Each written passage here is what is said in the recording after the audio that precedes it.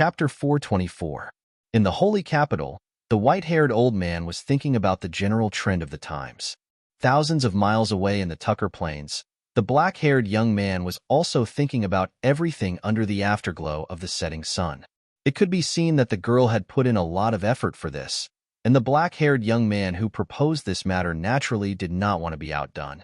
He wanted to do something himself, but he did not expect to be flatly rejected by Miss Angel on the grounds that she was injured.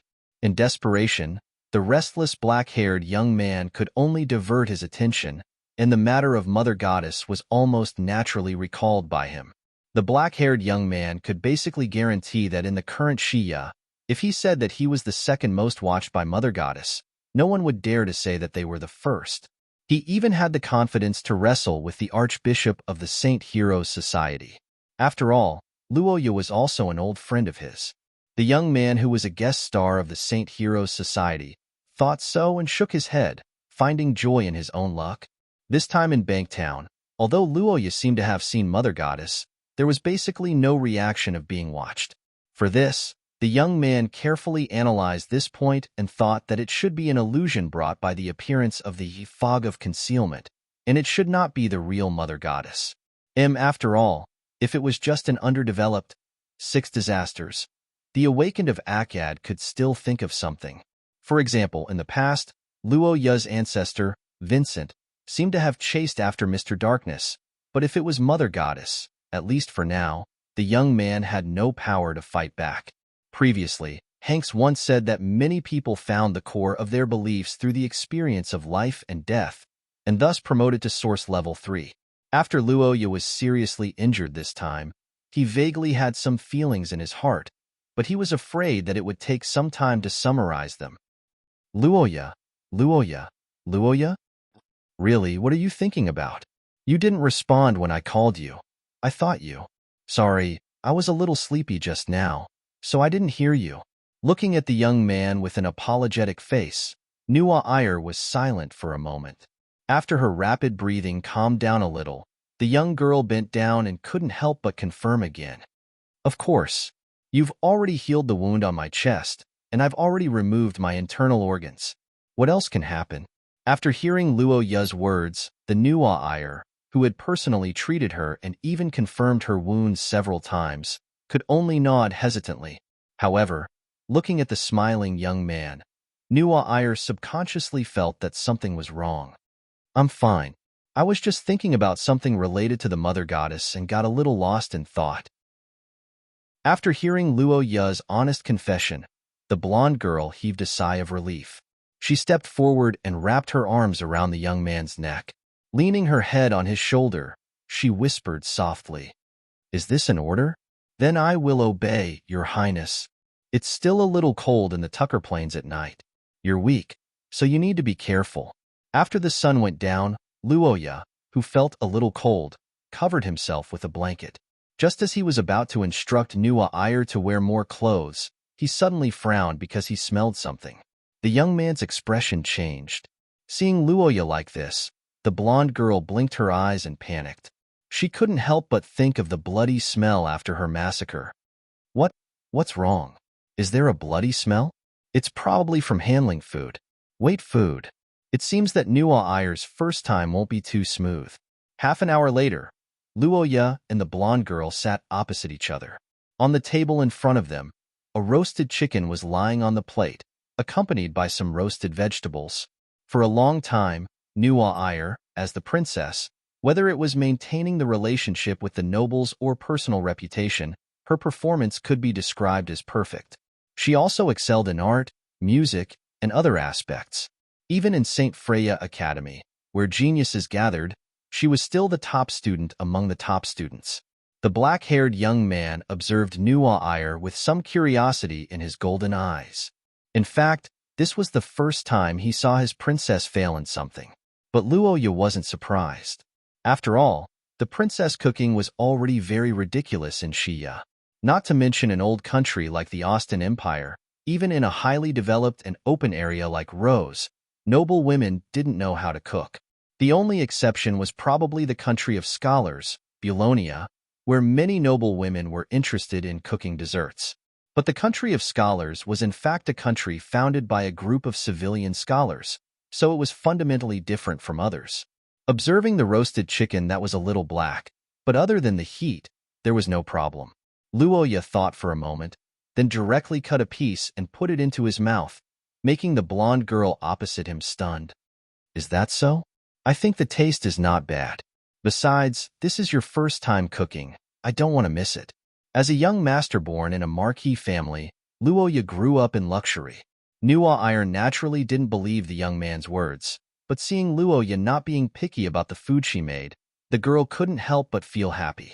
Every morning, they would wake up together, have breakfast together, and go to work separately. At night, they would gather together to eat and share the day's experience, then snuggle up to each other and fall asleep again. Thinking of this, the girl was in a daze. After a long time, she suddenly said, Luoya, what do you think of the way Dualia ancestors' choice? Chapter 425. At the dining table, the black-haired young man was stuffing food into his mouth as he thought about how the princess learned this skill.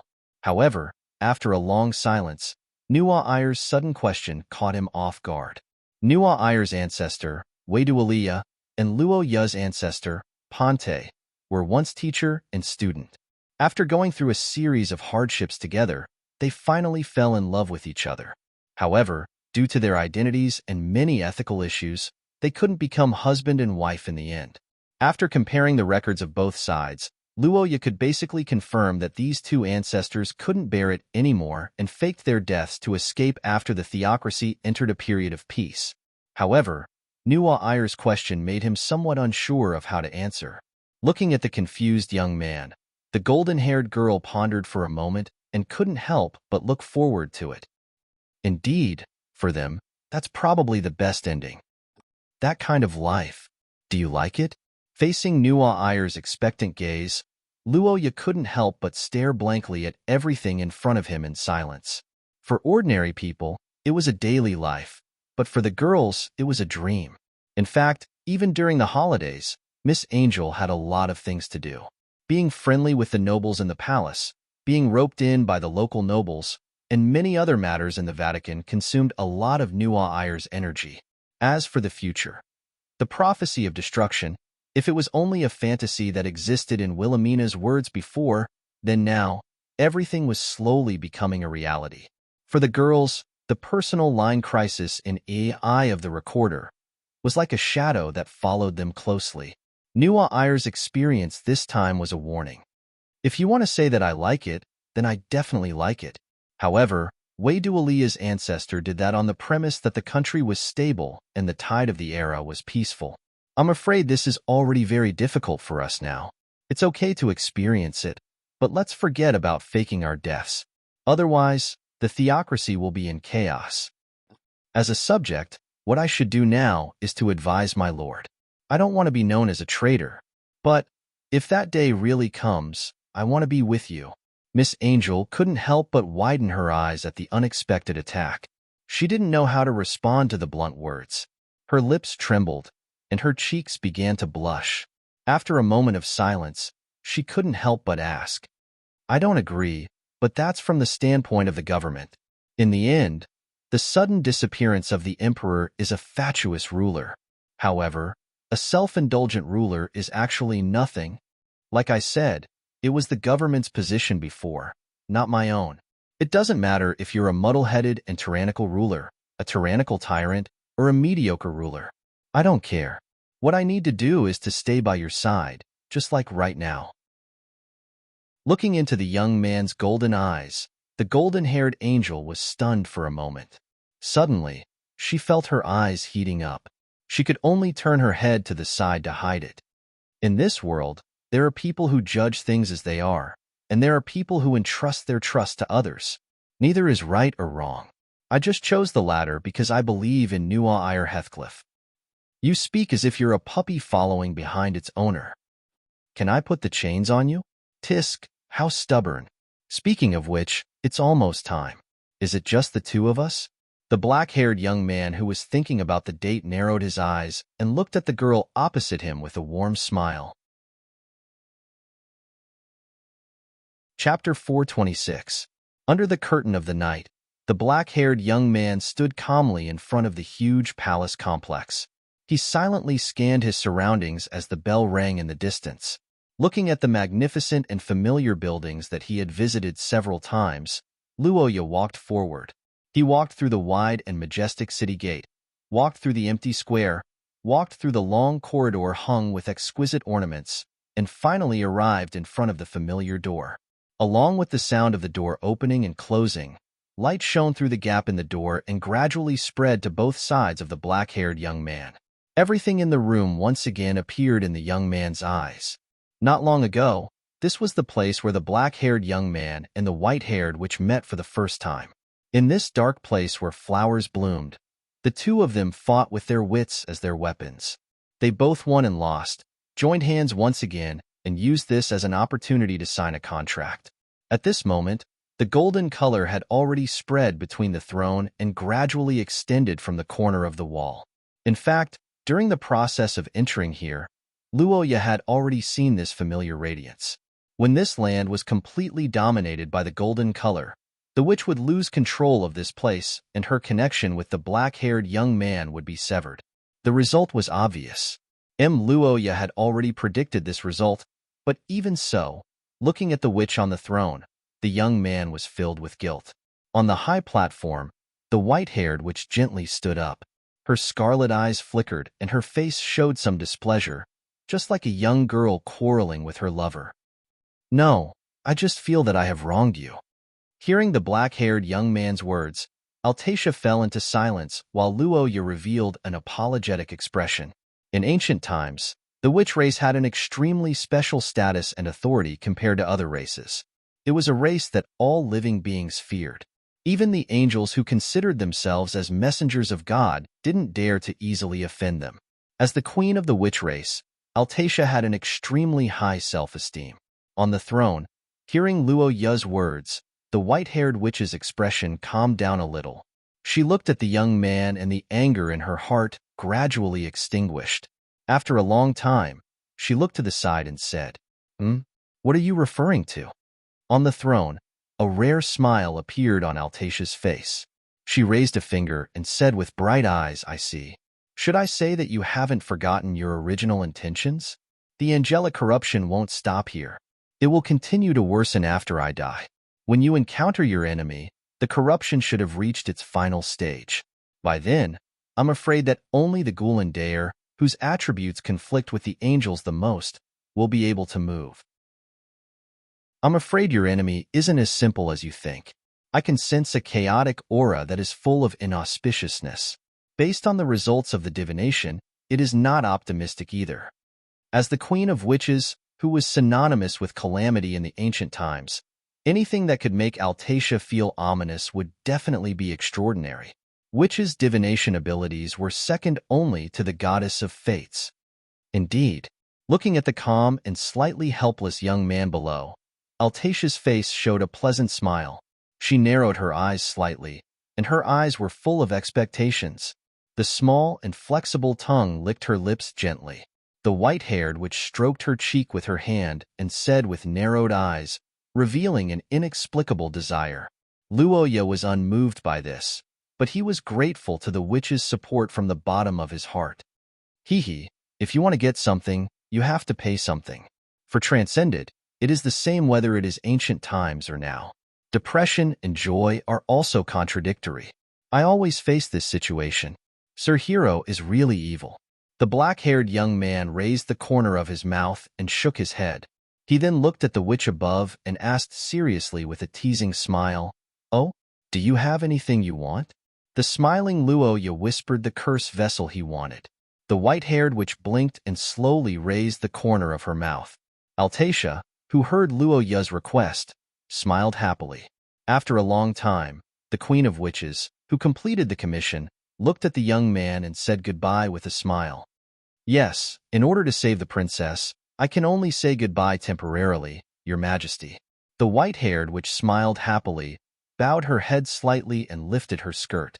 At the same time, everything around the young man began to blur and distort.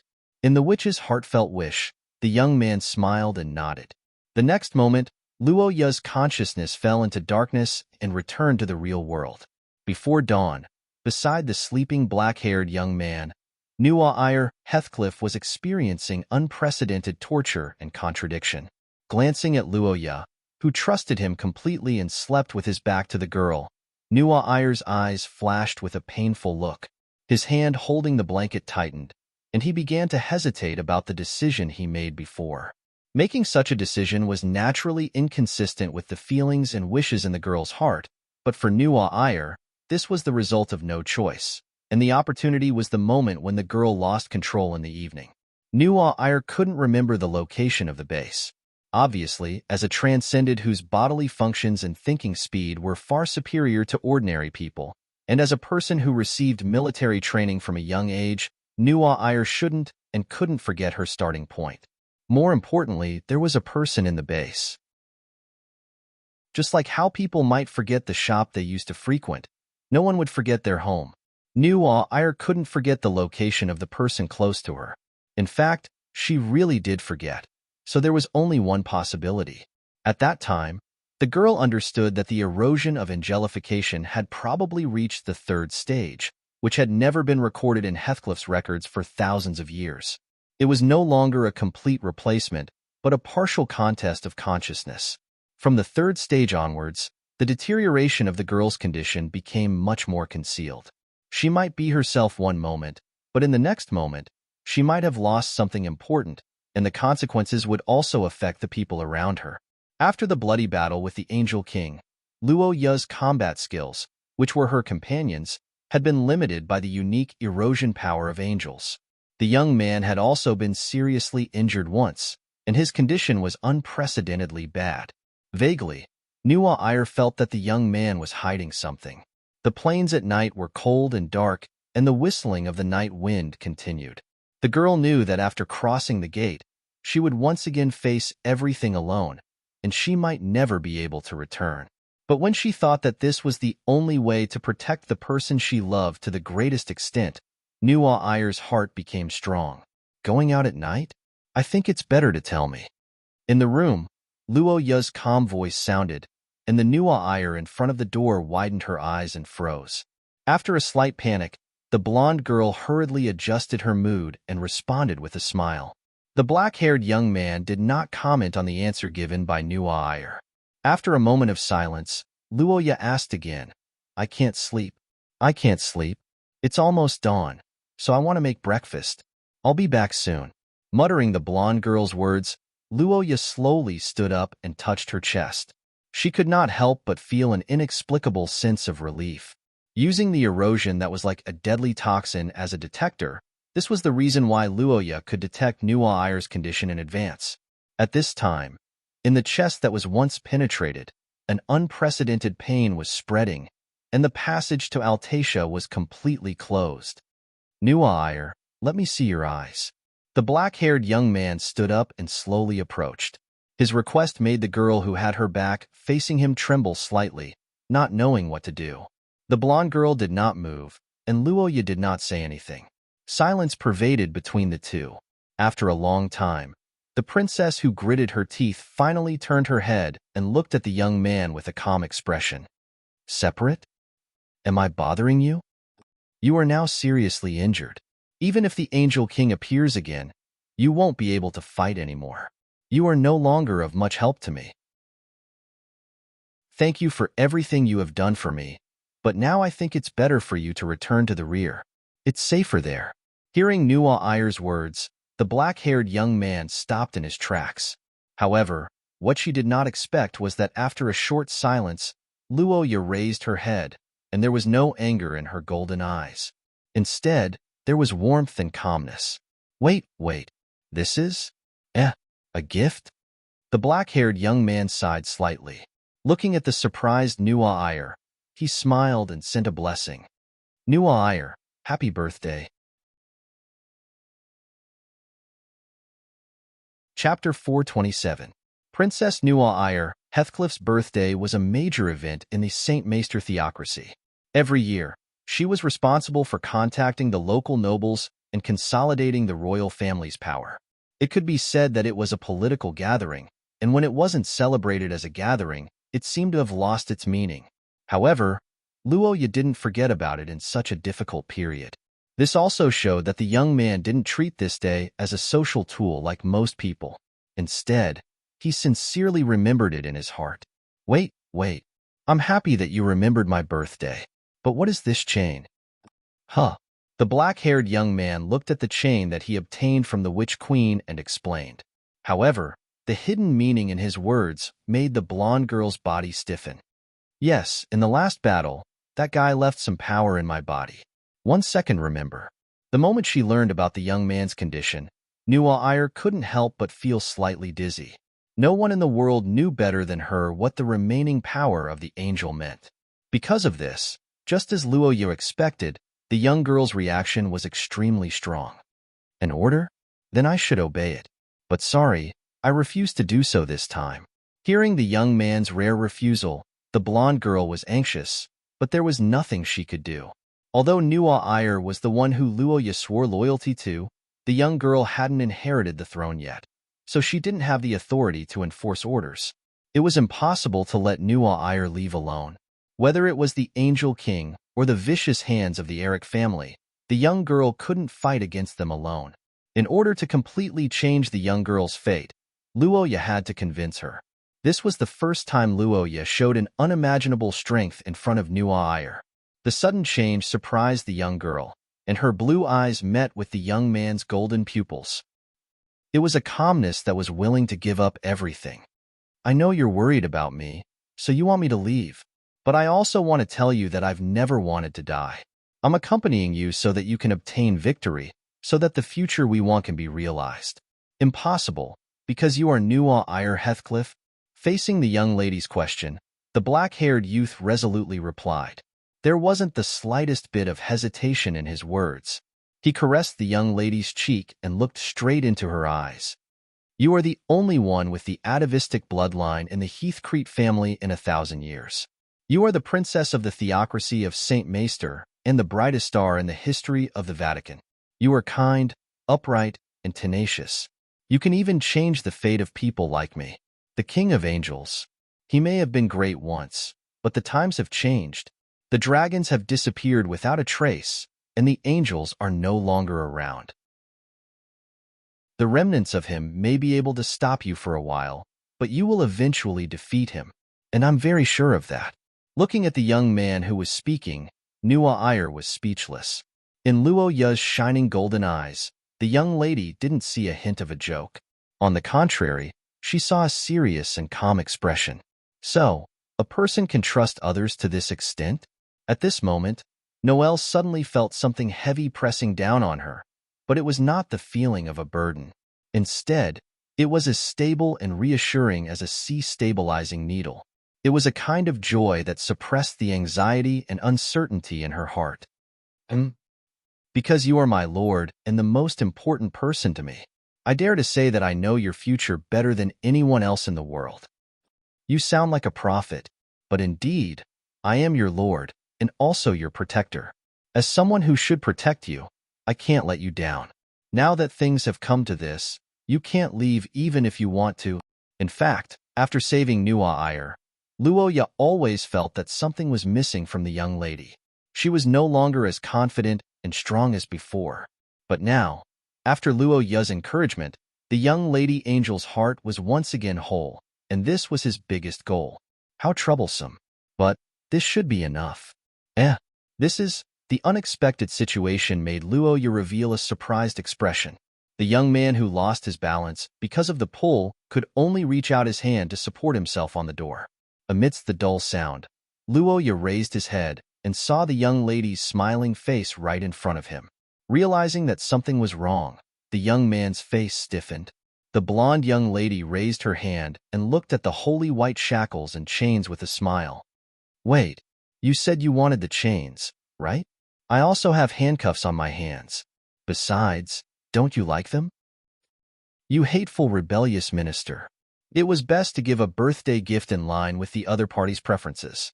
This was a common sense no matter which world it was in. But just as the right thing was not necessarily right, the commonly accepted common sense would sometimes fail. The failure this time was a good proof. This was probably Luo Ya's intuition. Luo Ya asked Altacia to create this curse vessel. The original intention was to give it as a gift, but it was more for the young lady's bloodline promotion. However, such a reasonable and far-sighted item was used in a way that it shouldn't be used because of the user. On the lawn, the black-haired young man, who was wrapped in a circle of chains, sat in front of the blonde young lady, looking at the sky and silently regretting his mistake. On the other side, Nuwa Iyer held one end of the chain and held a spoon to persuade him. From the moment the contract lock used angel power as a medium, Luo Ya, whose angel power in his body was far less than the young lady, was at a disadvantage. The subsequent facts also proved that Nuwa Iyer could almost completely control the chain. Next, she could do whatever she wanted. Luo Ya, you really don't want to eat? I don't want to eat. Then untie the chain. The young lady smiled happily and refused Luo Ya's request.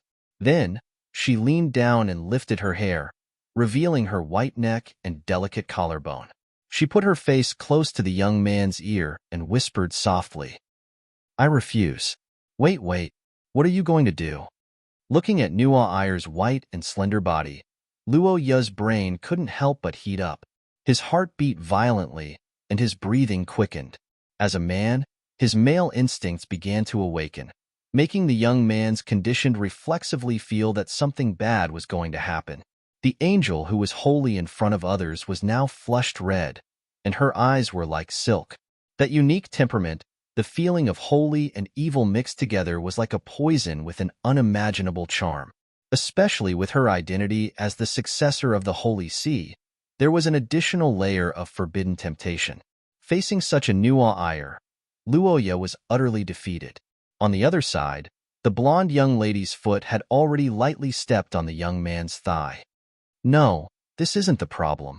Wait, I'll eat. Aren't you going to feed me? I'll take it, so stop. Luo Ya, who felt that he would explode if stepped on, hurriedly stopped the punishment that was about to go out of control. After losing the reason to punish, the blonde young lady pondered for a moment, and after regaining her senses, she retracted her slender leg.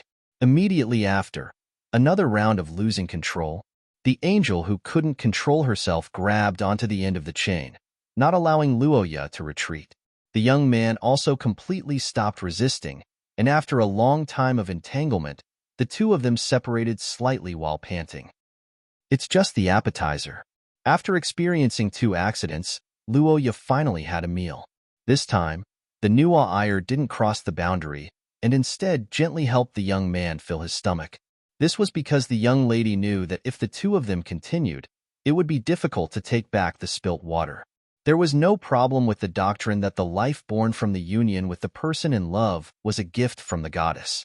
However, for Luo Ya and Nuwa Iyer, it was still a little too early for them to reach adulthood after only 1 year. More importantly, the current situation of the royal family was more important. Tomorrow will be the final moment, right? After lunch on the lawn, the black-haired young man asked about the time. The Nuwa Iyer felt the bloodline in her body and nodded lightly. The two of them leaned against each other, silently listening to each other's heartbeats. The black-haired young man gazed towards the west, feeling the call from the source substance channel. His flashing golden eyes seemed to pierce through space and landed on the enemies who were rushing over from afar. His gaze was as sharp as a blade as he brandished his weapon. Tomorrow was the day where their fates intersected.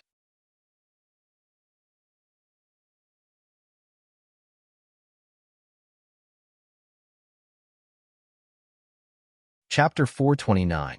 Under the setting sun, the black-haired young man and the man in the distance looked at each other with killing intent between them. The appearance of the old enemy represented the end of fate. This was the conclusion of Brian, who had lived for a long time. On the other side, the black-haired young man obviously had the same thought. Brian didn't hide anything this time, no matter if it was his face or aura. The reason was very simple, because this operation was a desperate gamble. Luo Ya's question didn't need to be answered, but the young man's calmness was somewhat out of Brian's expectation. And what was even more strange was that looking at Brian, who came to kill him, Luo Ya's eyes didn't have any hatred or disgust. Instead, there was some inexplicable sorrow and sorrow. The things that you should have held on to are worn away too quickly, and the things that you should have given up are not worn away. Ambition and desire are always expanding. Everything that happened 200 years ago still hasn't come to an end. To you, this is probably a very long time. Ferd Eric. Hearing the young man said his former name, Luo Ya's pupils suddenly contracted. Brian's gaze was like an arrow, staring at the young man's body. His expressionless face finally had a fluctuation for the first time. 200 years had passed. Not to mention his contemporaries, even his younger generation had mostly left this world. And in this long time, Brian's face had changed several times. Luo Yarakat, as a young man who wasn't even 20 years old, it was impossible for him to know his identity.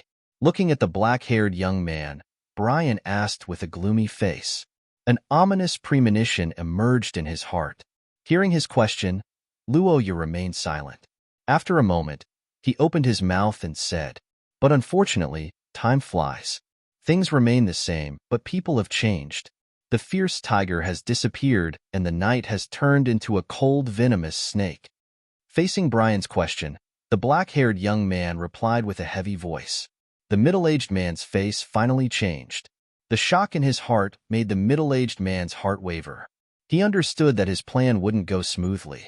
But then the killing intent in his eyes became stronger. "It doesn't matter. He hasn't lost yet. I didn't expect you to know my identity in advance. But unfortunately, fate isn't on your side. The appearance of the primordial monsters changed everything. Your plan will be disrupted." Quantity? Although the outcome of a battle between extraordinaires was not decided by numbers, one against many would still increase the difficulty.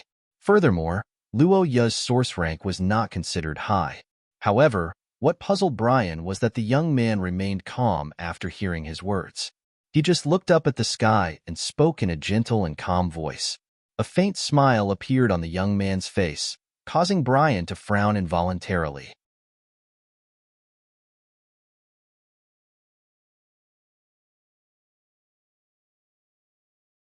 After realizing this, the soldiers around Luo Ya had no choice but to retreat. The silent head of the tribunal led the soldiers to the other enemies, wanting to eliminate the others before helping Luo Ya. And on Brian's side, there was no one around the blonde man. At this moment, the strange gray fog surrounding Brian's body suddenly thickened at a speed visible to the naked eye. The rising gray fog connected to the sky, releasing an ominous aura. The thick death aura was visible to the naked eye. Even the cultists were shocked when they saw it. Seeing such an unimaginable and incomprehensible scene, even the tribunal, who had been fighting the cultists for many years, turned pale. At this moment, everyone finally understood what the gray fog around Brian's body was made of. However, this terrifying scene may have frightened others, but the black-haired young man did not cower.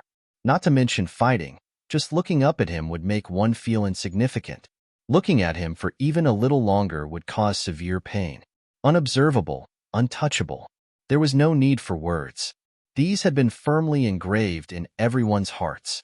Instead of killing all the enemies, the best way to end this war was to defeat them. This was the consensus between Luo Ya and Brian. Apart from that, the blonde man also had a reminder from another person. This wasn't because he was afraid of the enemy, nor was it because he didn't have confidence in himself, but it was a cold fact. Whether it was his ability or his body, he was greatly weakened. If it was fueled from the time of the Gemini War, Roja would have some confidence, but now the situation has changed.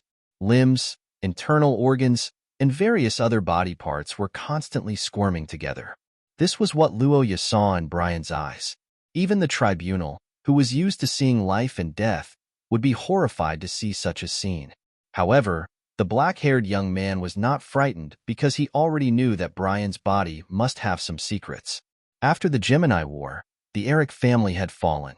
Ferd Eric's death could not be faked, and it could not be faked. The ability to resurrect a person from the dead was something that even a cult could not do. Only a god could do that. Brian Eric. This person's death was witnessed by Luo Ya, and it was Brian who killed him to appease the public's anger. So, What did it mean for his soul to appear in this disgusting fog? A battle between extraordinaries was not only a contest of strength, but also a contest of intellect. The moment Luoya deduced this, he understood that the chaotic battlefield was perhaps the best place for Brian to display his abilities. The moment Brian pulled out the blade, his entire body's spirit seemed to have concentrated on a single point. The ability of his bloodline began to operate. The curse power penetrated into his flesh and blood, giving him explosive power that was far beyond the usual. The explosive acceleration only lasted for a split second. Brian's body moved from stillness to movement without any preparation. Countless vengeful spirits were entwined around him as he dashed towards the youth. However, the black-haired youth's face showed no signs of panic as he faced the sword that was pointed at him. Boom! Dust and gravel rose into the sky, obscuring vision. Countless cracks extended in all directions along the Ghulandair's attack. The people who were in the middle of the battle were affected by the shockwave and had to stop temporarily. The cultists, heretics, and the soldiers of the Inquisition could not help but look at the center of the battlefield. In their eyes, this attack seemed to be able to determine the outcome. It was a sword made of gray smoke, with a strong and ominous aura. The squirming gray smoke on the sword seemed to have a life of its own. It rushed towards the man who was seriously injured because he blocked the attack. At that moment, there was a wail in the air. A moment later, it gradually subsided as the man recovered from his injuries. The consumable type was the most troublesome enemy for Luoya now. The erosion of the angelic power in his chest was ongoing at every moment. Luoya's condition would worsen over time. He was now only at source level 4, but Brian seemed to have turned into an immortal. The only thing he could do now was to go all out. At this moment, heaven and earth seemed to have become a cage. Thick cold air gushed out, with the power to freeze everything. The stars and moon in the sky disappeared. The rapidly falling temperature stained the armor of the soldiers with white frost. The blood of the cultists was also frozen. In the middle of the mist, Gurandal's arms extended backward. The rolling crimson curses shone brightly. Under the illumination of the light, the gigantic skeleton looked like an ancient demon god. Its fist was as unstoppable as a mountain. In the mix of red light and cold air, Brian's expression changed drastically. He roared and used all his strength to release layers of gray smoke. The rapidly expanding fog turned into a palm that seemed to come from hell. It met the giant's attack head-on. However, the Ghulandair was unmoved. And the facts proved everything. Countless souls surged out from the gray fog and charged upwards. However, under the fist of the giant, all of them were like mantises trying to stop a chariot. The expanding fog burst like a balloon. The giant's arm continued to move forward, accompanied by the sound of exploding souls. Until the end of the attack, the golden-haired man was sent flying back into the darkness like a bullet amidst the crisp sound of the blade breaking. Looking at the blond man in the sky, Luoya's golden pupils suddenly flashed. He raised his hand, and the white cold air penetrated the sky like a ray of light. It then turned into a white palm, wrapped the blond man's body, and smashed him down to the plain below. In the loud noise, Brian, who was covered in frost, fell heavily to the ground. Luoya's figure shot out like lightning and chased after the blond man on the ground. On the ground in the distance, the blond man's frozen body seemed to have shattered. Well done. A familiar voice of praise sounded in Brian's ears. The next moment, the young man suddenly stopped in his tracks.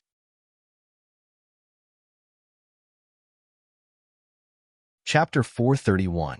Amidst the freezing air that covered the sky, the black-haired young man's body was like an arrow that was released from a bow. Behind him, the heresy army raised their swords and cheered. The judge's morale was also greatly boosted. The battle between the two didn't last long, but in this short period of time, Luoya and Brian displayed spells that were far beyond anyone's imagination, especially the power of the Ghulandair, which deeply shocked everyone present. Was Brian Eric, or Ferd Eric, such a weak enemy? Luoya didn't have Pei Tila's blessing on him, which meant that he was only at the 4th level of source rank. Although he and the Gullandair used all their strength to attack, and the frozen Earthmaker had almost no defensive means, under normal circumstances, there would be some unexpected situations when facing a second-level source rank expert, let alone Brian. Thinking of this, the young man didn't dare to be careless. He stopped and stretched out his hands again. Without any allies nearby, the freezing air was finally released by Luoya. The white air in the sky squeezed up and down, as if converging into a giant mouth that could swallow everything, and pounced on the man on the ground. However, this time, Luoya miscalculated. On the empty plains, a third person's voice suddenly sounded. A man in a long robe that was formed from gray fog appeared beside Brian. The moment the black-haired youth saw him, the pupils of the golden-haired man suddenly shrank, while the golden-haired man on the ground had a calm expression. The Collector was the nickname given to the leader of the organization by the members of the Appraisal Association. No one knew his identity, and no one had seen his face. For more than 100 years, Brian had only met him in that dark room. He seemed to be omniscient, but he also seemed to be hiding from something. The blood in his body seemed to boil with the power of the curse. The source material of the crown trembled uncontrollably as if it felt hostility. At this moment, the crown stone emitted a violent light. Under the full activation, the ancient beast seemed to have been revived by Luo Ya's hands. The freezing air was suddenly activated, and it turned into a beam of light that cut through the night sky. Just like that, the touch of frigid earth continued to move forward as if nothing could stop it. Everything seemed to end with this attack. But what the young man didn't expect was that the gray figure that suddenly appeared didn't dodge. Instead, it faced the freezing air head-on. Ever since it became Luo Ya's skill, whether it was against a god or a human, the freezing air that had never failed seemed to have failed this time. The light attack didn't freeze the enemy, but instead retreated to the sides. In the dark space in the distance, the man's main body looked at the young man in the image and stretched out his hand.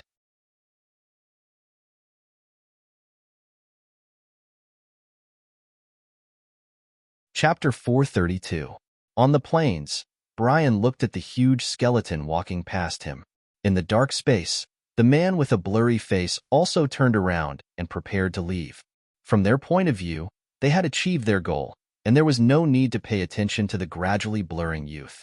When the freezing of his bloodline and source substance stopped, he lost the protection of the gods and was hit by Brian's gray fog. His fate was already sealed. In fact, Luo Ya's figure had indeed begun to dissipate and was no longer moving. However, what the two of them didn't know was that the youth's consciousness still existed at this moment. Something had to be done, but the problem was, how could the crown, the king's blood, be interfered with? Death was scary, but what was even scarier was the result after death. Without his protection, the heresy army and the judges who could not fight against the gods would be completely annihilated.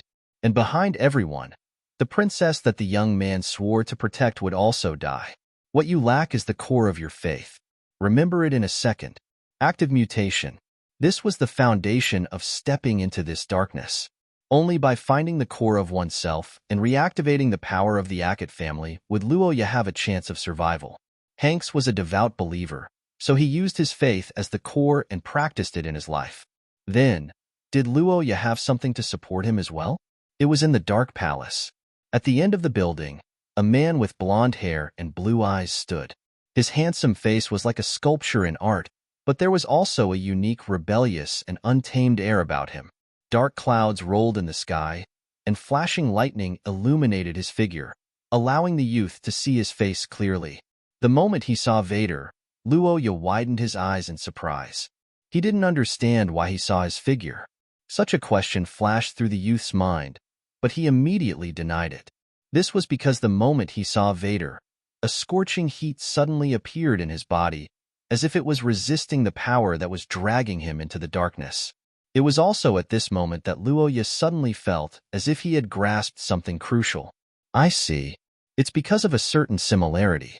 Prince Vader was Luo Ya's former enemy. The two of them were very different in terms of personality, ideals, and many other aspects. They were even contradictory. However, these two people who were as incompatible as fire and water had a part in common. and that was resistance. Luoya, you're rebelling against fate. The holy capital was engulfed in the flames of war, the majestic ocean, the despairing and chaotic academy. The all-devouring calamity was baring its fangs and brandishing its claws in front of him. Even the strongest human beings were trying to kill him. The Messiah, the Mother Goddess, each and every one of the highest existences wanted to kill him. However, just like the ancestors of the Akit family, even though the fate of death followed him like a shadow, it was unable to suppress his head. Rebelling and changing fate, this is my core. Boundless power began to converge and pulsate. In the dark space, it was as if a candle flame that was about to be extinguished suddenly flickered despite the absence of wind. The flickering candle flame burned brighter and brighter, finally bursting out with an intense radiance. The black-haired youth strode forward, reached out his hand and grabbed the palm in the darkness, as if he was grabbing the throat of fate. Under the illumination of the light, the black-haired youth's eyes were like candlelight. He looked directly at the figure in the darkness, his voice flat but unquestionable. It's time for you to return what you've taken away.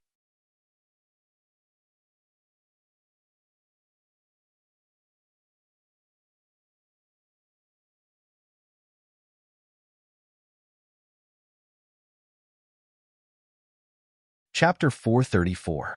At the mountain range at the end of the Tark Plains, a violent earthquake stopped the soldiers who were repairing the fortifications. The people who came and went crouched down to stabilize themselves. The demons in the mountains were restless, and flocks of birds were circling the sky. Under the support of the crimson lightning and the shard of the crown, the mighty power of the gods once again shone upon the world after so many years. Under the concentrated attack of Granadar's full power, the evil god that was like a gray fog was defeated. The black slash that wiped out everything was also burned and shattered inch by inch under the attack of the lightning. Countless remnant souls were reduced to dust, and the golden-haired man who was the instigator of all this also met his end. The moment he sighed in his heart, the lightning struck the man in the face. The red light that drowned everything also wrapped him in it. The blade in his hand was completely shattered, and he could no longer feel his body. However, under the bombardment of the red lightning, Brian's face was not filled with pain and resentment, but a moment of absent-mindedness. "Your Highness!" Boom!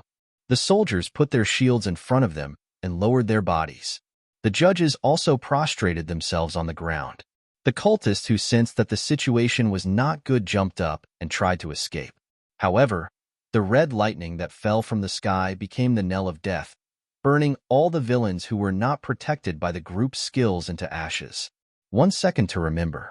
The aftermath of the battle between the two swept across the plains and lasted for a long time. When the wind gradually subsided, the light disappeared, and the lightning and dark clouds were far away. Luoya opened his eyes again and looked at his own body. At this time, the plains had turned into sand under the impact of the divine power, and the golden-haired man was lying in the sand. The powerful aura of the man had disappeared. His body that had survived a long time was now full of holes. However, after losing the evil god and the souls, there was nothing left to replenish him.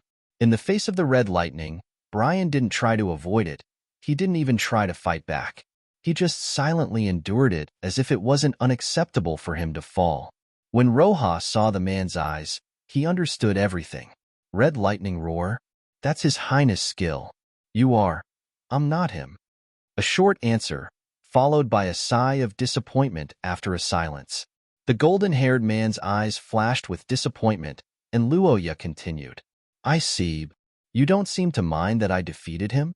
His highness doesn't hold grudges. It's an acknowledgement that he gave you the skill. I'm his knight. His acknowledgement is the principle that I need to follow. Perhaps it's my destiny to die in your hands. Looking at the man who was burning his life to the end, Luoya responded indifferently. There was no pity in his heart. He only sighed at the complexity and changeability of human nature. Luoya didn't know why Brian chose to be resurrected. Perhaps it was to avenge his old master, perhaps it was because of the regret of his family's decline, or perhaps it was because of his persistence and success. But no matter what, the young man knew that he had lost his original heart, and his journey had come to an end. Nuwa is actually his descendant. The moment the young man said those words, the golden-haired man opened his eyes slightly and looked at the young man in front of him. In the haze, he seemed to see the figure of a golden-haired knight holding a long sword. So that's how it is. Did Knight lose tonight? Be careful of that person. He knows you very well. Who is he? Do you know his identity? The drifting dust was blown away by the night wind. Under the dusky sky, Brian ended his life full of twists and turns. The old enemy of the Akot family for more than 100 years was gone.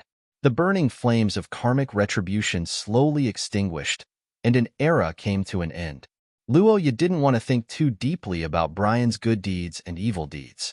To the young man, Brian was just one of the many enemies. Perhaps if Vader didn't die, Brian could become a loyal subordinate as Felder. But that was nothing more than a wild guess. The black-haired young man sighed. The man's bones were burned to ashes, and the tiger flag was burned as well. After more than 100 years, everything was no longer the same as before.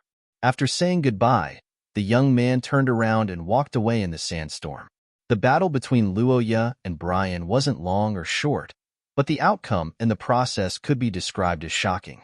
On the plains, after experiencing the aftermath of the Goulandairs' attack and witnessing the death of Brian, the vice president of the Appraisal Association, the cultists who followed Luoya here were in a complete panic. Those who tried to escape were killed on the spot by the heresy army and the judges, and most of them surrendered immediately. Whether it was the appearance of Shiya's phantom in the sky, or the power displayed by the Goulandair, all of them dealt a heavy blow to the cultist spirits. After the successive attacks, many of them had completely lost their will to fight. When they saw Luoya return, their legs trembled and they collapsed on the ground. Looking at Luoya, who had broken through to level 3 of the source rank, a rare smile appeared on Hank's face.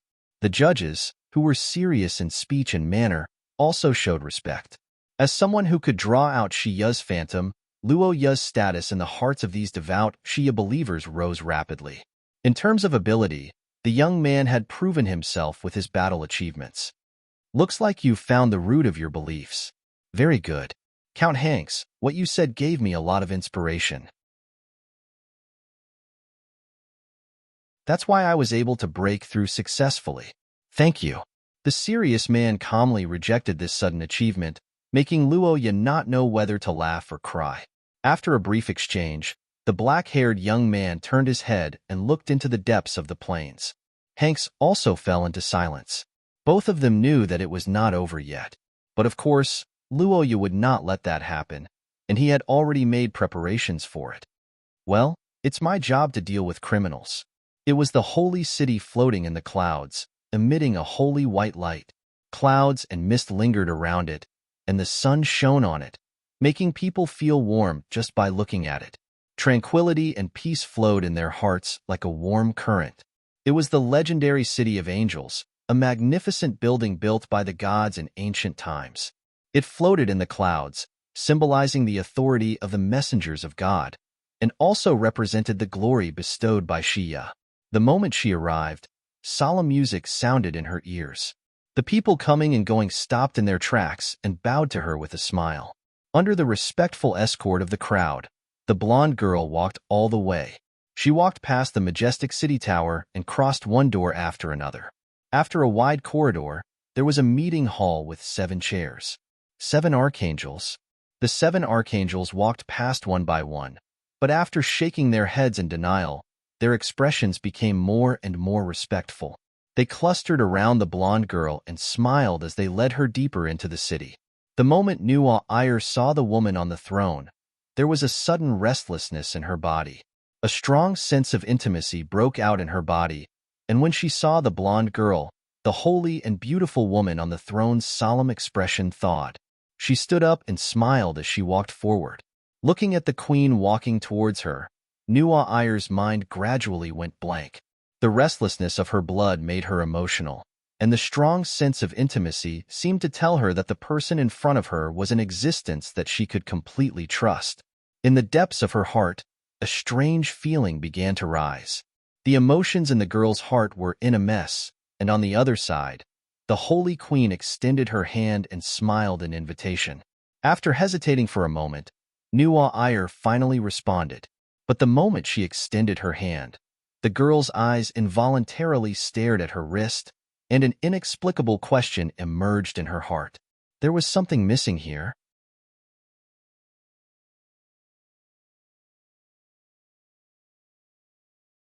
Chapter 435. Inside the Holy Palace, the gentle light shone in all directions. Under the throne, the attendants and guards bowed their heads respectfully. The 7 archangels surrounded the girl with a smile. The king with a kind face reached out her hand, waiting for the girl to respond. However, under everyone's gaze, the blonde girl looked at her wrist in front of her in a daze. Such a question arose in Nuwa Iyer's heart. The surging blood cooled down slightly, and the surging emotions in her heart stopped slightly. The girl surrounded by everyone suddenly frowned. She looked at her smooth wrist and inexplicably felt that something was wrong. She seemed to have forgotten something important. Thinking about this problem, the girl who suddenly felt a headache withdrew her hand and held her forehead. A few inexplicable images suddenly flashed in her mind. However, before she could think of anything, her shoulder was suddenly held. The girl who suddenly woke up raised her head and found that it was the blonde woman wearing a crown in front of her. She still maintained a smile on her face. She didn't seem to care about Nuwa Iyer's rudeness. Beside her, the handsome and beautiful angels didn't show any abnormalities. They didn't seem to see the girl's expression and slight bitterness. This time, the beautiful woman didn't wait any longer. Instead, she smiled and took the initiative to hold the young girl's hand, leading her forward. The 7 archangels followed her step by step. When they reached the platform, the young girl stopped in her tracks. Meanwhile, more and more angels poured out from both sides.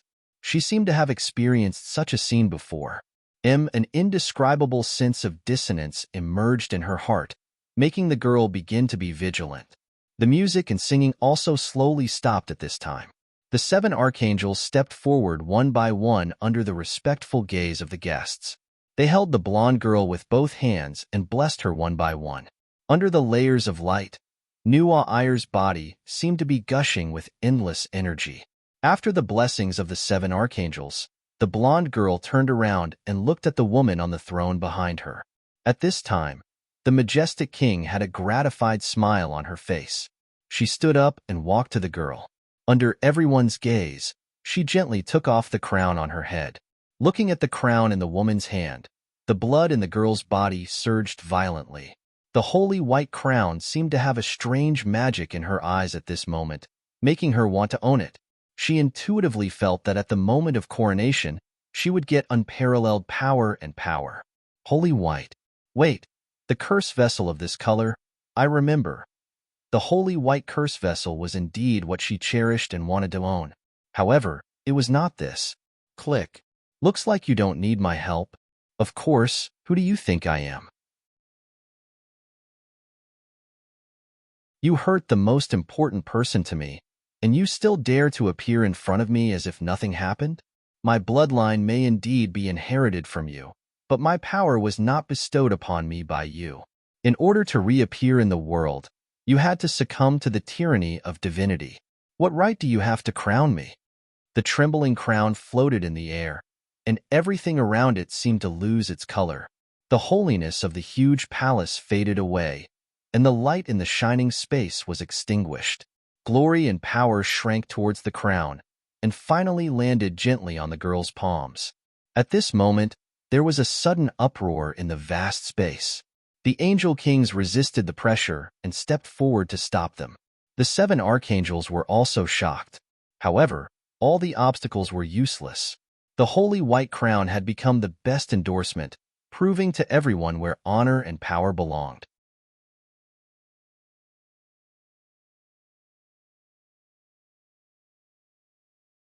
Chapter 436. After a soul-stirring night, the black-haired young man and the golden-haired girl had both overcome their own difficulties and defeated their fated enemies. When they returned to the familiar wooden house, the two of them looked at each other and sighed with emotion. You've advanced to source level 3? So it's like this. I thought I could suppress you with my strength, but now it's another starting line? But it's better to be safe than sorry. Congratulations on your successful advancement. The black-haired boy shook his head helplessly. This incident gave him a new understanding of the so-called Chosen One. After breaking through the bloodline and source level, Nuwa Ayer's combat power had increased exponentially. In fact, even Luo Yu wouldn't dare to say he could win against her. After recognizing the strength of Nuwa Ayer, the black-haired boy was relieved. However, a question flashed through the boy's mind. Luo Yu vaguely remembered that Nuwa Ayer's bloodline didn't seem to be this strong in the recorder's eye. The princess was stronger than expected. This was undoubtedly a good thing, but the boy didn't have a clue as to the reason for all this. The biggest factor affecting Nuwa Ayer was Luo Yu himself, but the boy didn't do anything in this regard. Feeling the dense reaction of the curse, Luo Yu and Nuwa Ayer tidied up their clothes and walked out of the room.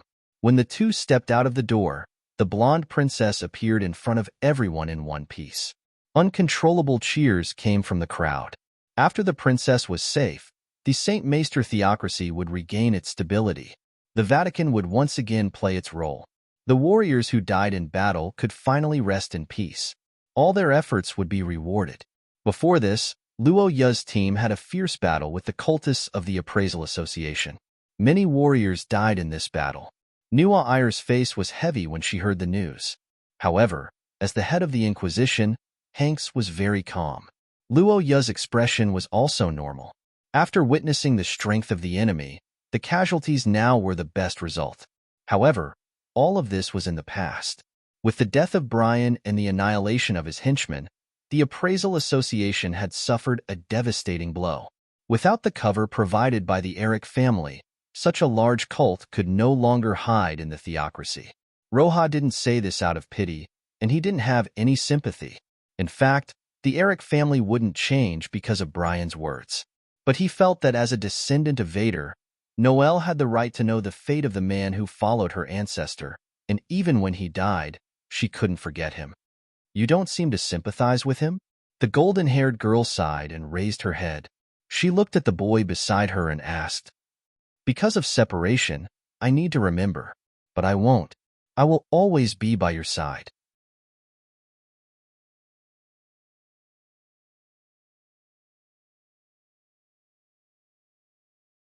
Chapter 437. On the broad road, the black-haired young man looked at the majestic buildings in front of him and sighed. It was evening, and the sunset was just like when he left. A gentle breeze blew on his face, bringing warmth. Facing this familiar scene, Luo Yu didn't look at it anymore. Instead, he walked forward with familiarity. The young man didn't understand why he had to spend a lot of time walking like a pilgrimage to this land. However, Altacia didn't seem to want to give in. Looking at Altacia, who raised her finger and happily answered his question, the black-haired young man couldn't help but raise his eyebrows.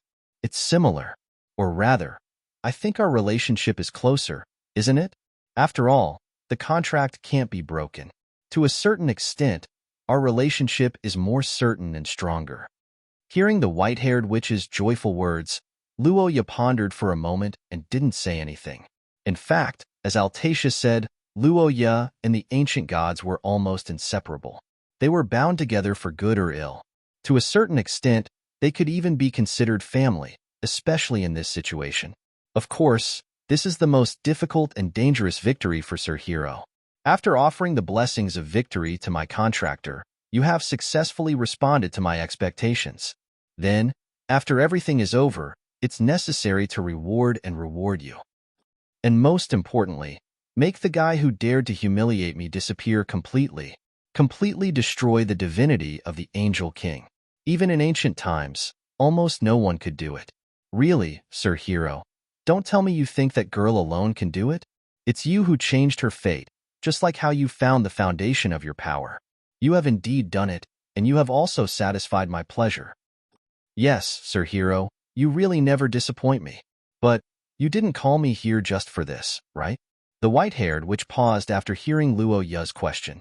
The smile on her face faded a little. Below the throne, the black-haired young man also showed an expected expression. The Earth Mother, who was overflowing with maternal love, was concerned about her child after the battle. This was understandable behavior. However, the relationship between the witch and the young man was very complicated. Since Altacia was in such a hurry to see Luoya, there must be something she had to remind him of. And to a certain extent, Luoya knew what it was. Sniffing the strong, ominous aura on Luoya, Altacia's gaze gradually sharpened as she asked. The black-haired young man recalled the previous battle and thought for a moment before concluding. What? Ever since she saw the Queen of Witches until now, this was the first time Altacia showed such a surprised expression in front of him.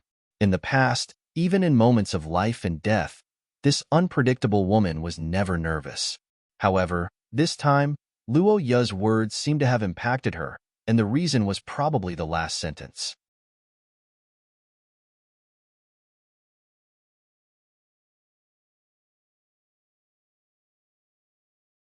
Chapter 438.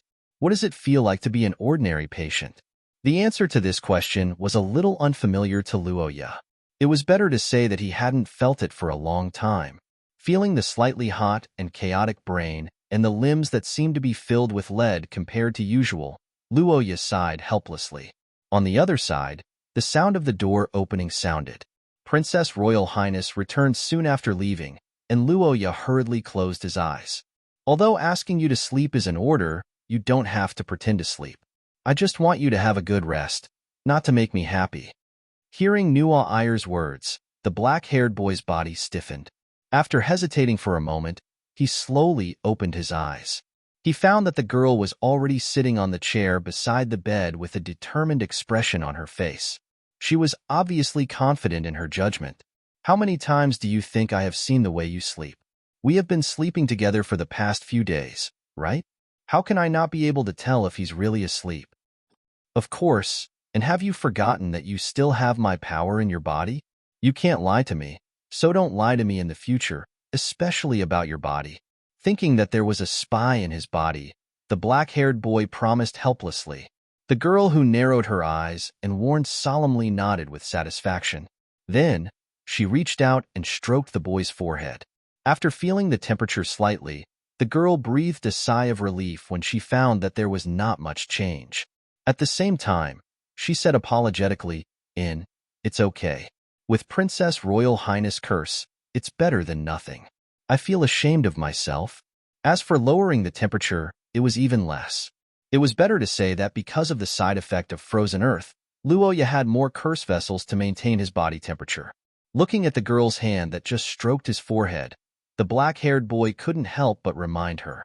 However, the blonde girl didn't care when she heard the words. She refuted it in one sentence. That's right. Luoya, who was a little relieved, lay on the bed honestly, looking at the ceiling and brewing sleepiness. On the other side, the blonde girl looked at the boy whose face was slightly red because of his body temperature. She thought of something, suddenly lifted a corner of the quilt and put her hand in. Because of this unexpected attack, the black-haired boy who was relaxing suddenly widened his eyes. The surprised Luoya turned his head and looked to the side. He saw Nuwa Ayer putting her arm into the quilt calmly. At the same time, the boy felt a small and cold hand lifting his clothes and going in. Sure enough, I'm sweating. Is why I can't sleep? What's with the persistence? I'm here to take care of you so that you don't have to endure these things. This is? The temperature is almost there. Get up and take off your clothes. I will help you wipe your sweat. Grabbing his quilt, the black-haired boy's face stiffened. He really didn't dare to let Nuwa Ayer do this kind of servant work. However, the girl didn't mean to compromise. In the fluctuation of the curse, the holy white chain appeared faintly in the air. In front of the boy, Miss Angel once again showed an oppressive smile.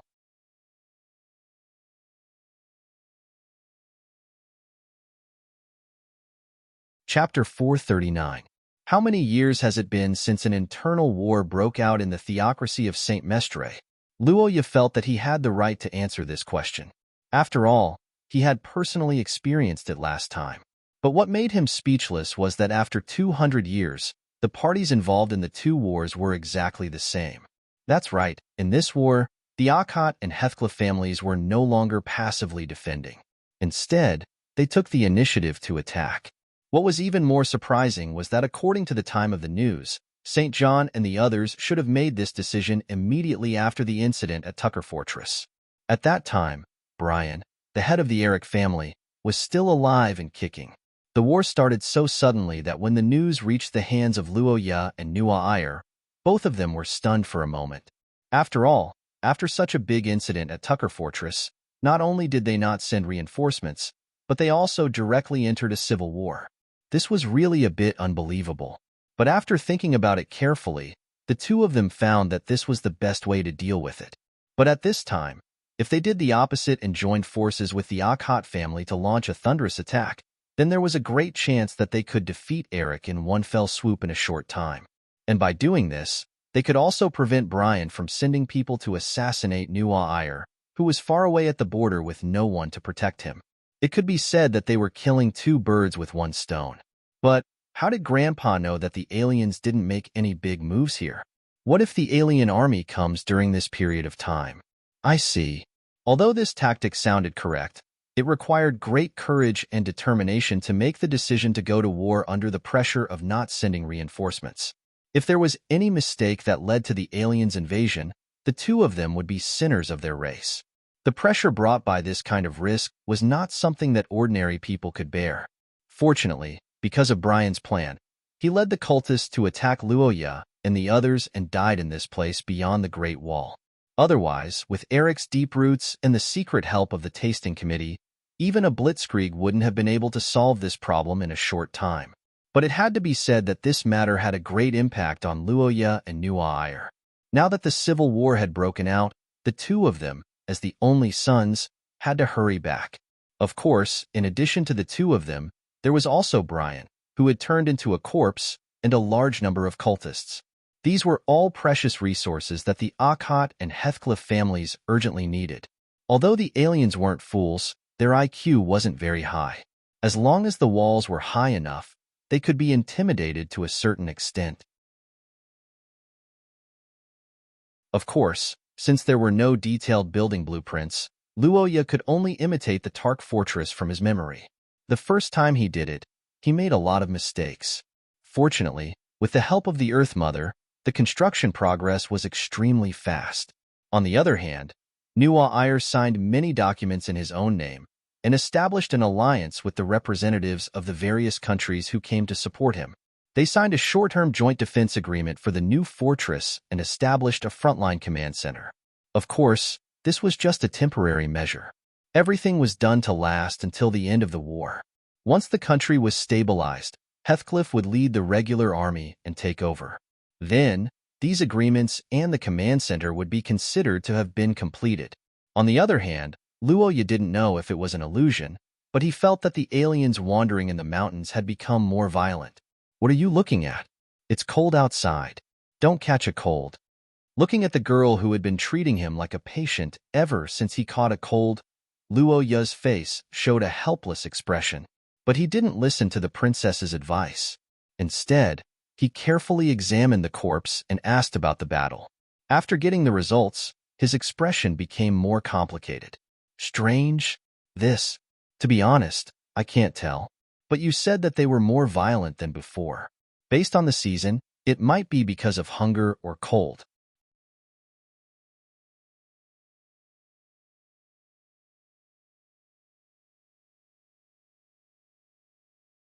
Chapter 440. The rest of the journey went smoothly for Luo Ya and the others.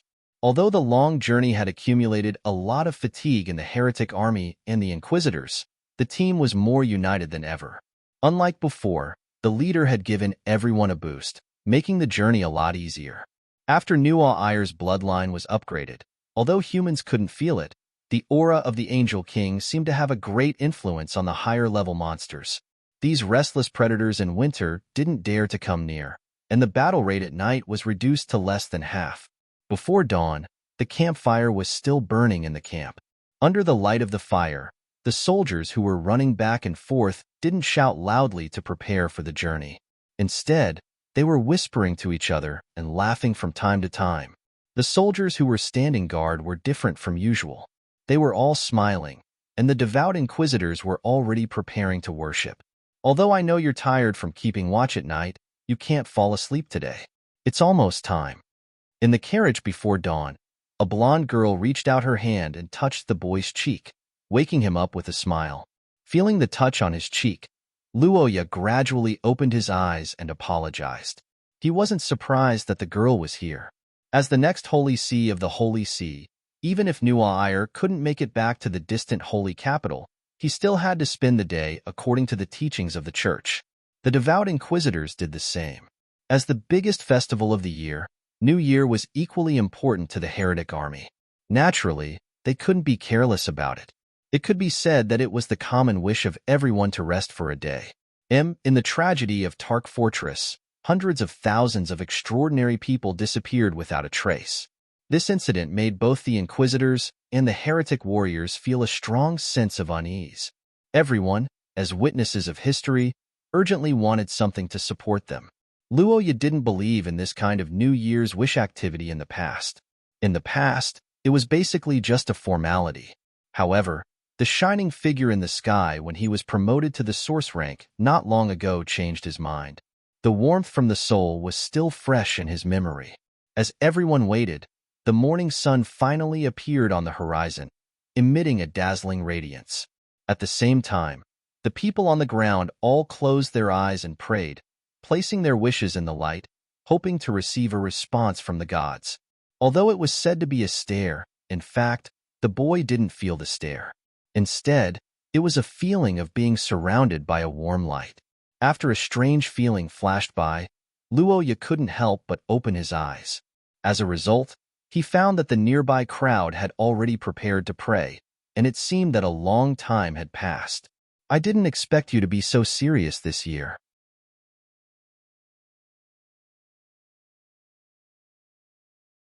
You're completely different from before. Yeah, the time is already twice as long as mine. Speaking of which, don't you feel it? Facing the doubtful blonde girl, Luoya remained silent for a moment before shaking her head slightly. She felt that she might have seen the memories in her bloodline again. On the other side, Nuwa curiously inquired about the boy's wish. It's nothing. I just hope that the people around me will be safe. Recalling the departure of her loved ones, the blonde girl said with a sorrowful smile on her face. Seeing this, Luoya's heart ached. He thought about how to console her, but before he could say anything, a slender hand gently pinched the boy's cheek. I really forgot. It shouldn't be a problem. My wish is, I hope that I and the people I love will be safe and happy. Amidst the calm voice, Luoya, who was suddenly attacked, couldn't help but widen his eyes slightly. After a moment of silence, the boy looked at Nuwa's blue eyes, his cheeks slightly red, and replied as if he was making a promise. You will be happy. Definitely.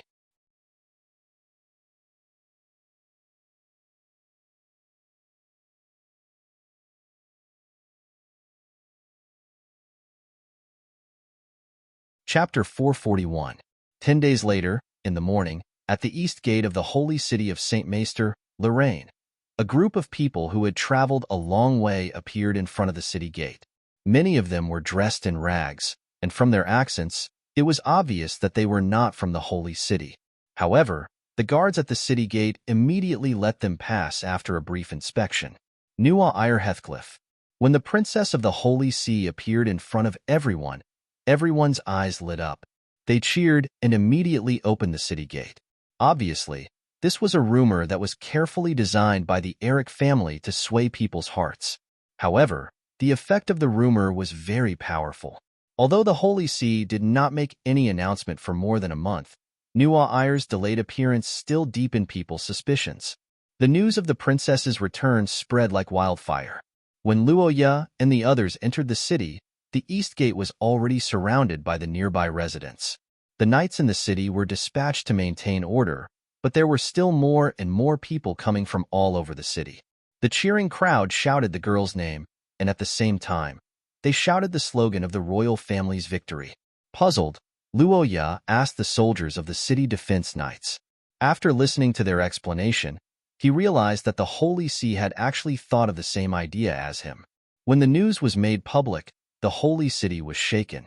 The families of tens of thousands of soldiers in the city cried and blocked the gate of the Holy See. They wanted to verify whether their loved ones were still alive. It was said that the scene at that time was extremely sad. The cries of women could be heard a few streets away. As the news spread, similar scenes were repeated all over the theocracy. Hundreds of thousands of royal family elites were killed or injured. The destruction of the century-old Tark fortress, plus the unknown fate of the royal family members. Any one of these conditions would be a heavy blow to a country. When added together, it could be said to be a devastating blow. No one in the world would use these as a price to frame someone. With such deep hatred and decisiveness, in everyone's opinion, they must have obtained decisive evidence. Therefore, although the Holy See had not announced any evidence, in the eyes of most people, this was already an ironclad case. On the spot, they were injected with adrenaline and entered the battlefield on the spot. It was like a parade in the Red Square. On the other side, the Akkad territory also responded immediately. The Akkad family's patriarch, Qadia Akkad, personally led the troops and set off on the same day as the royal family's allied army to attack Eric territory from both sides. After all, for ordinary people, the cultists were still within their scope of understanding.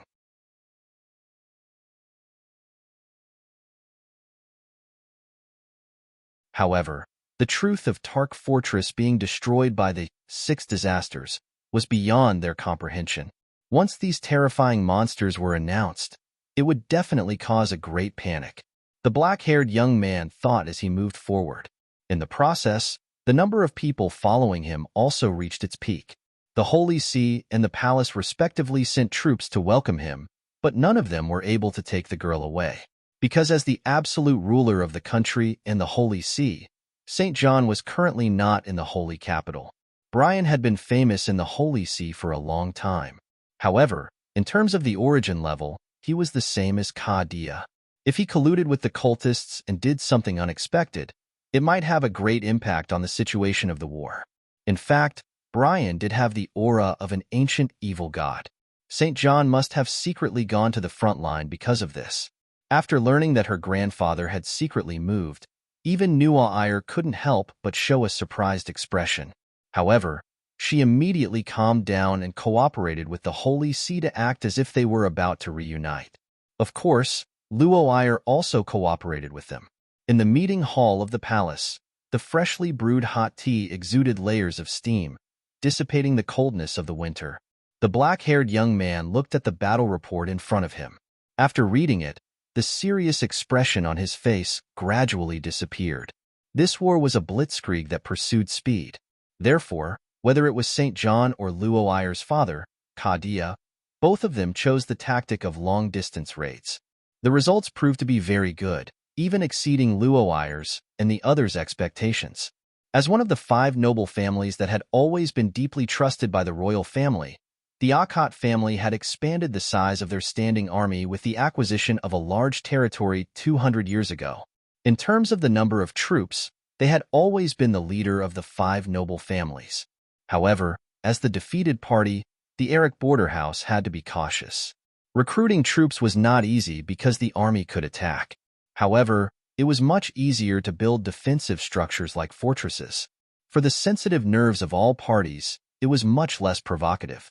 Whether it was to guard against monsters, bandits, or simply to station troops, all kinds of reasons could be used.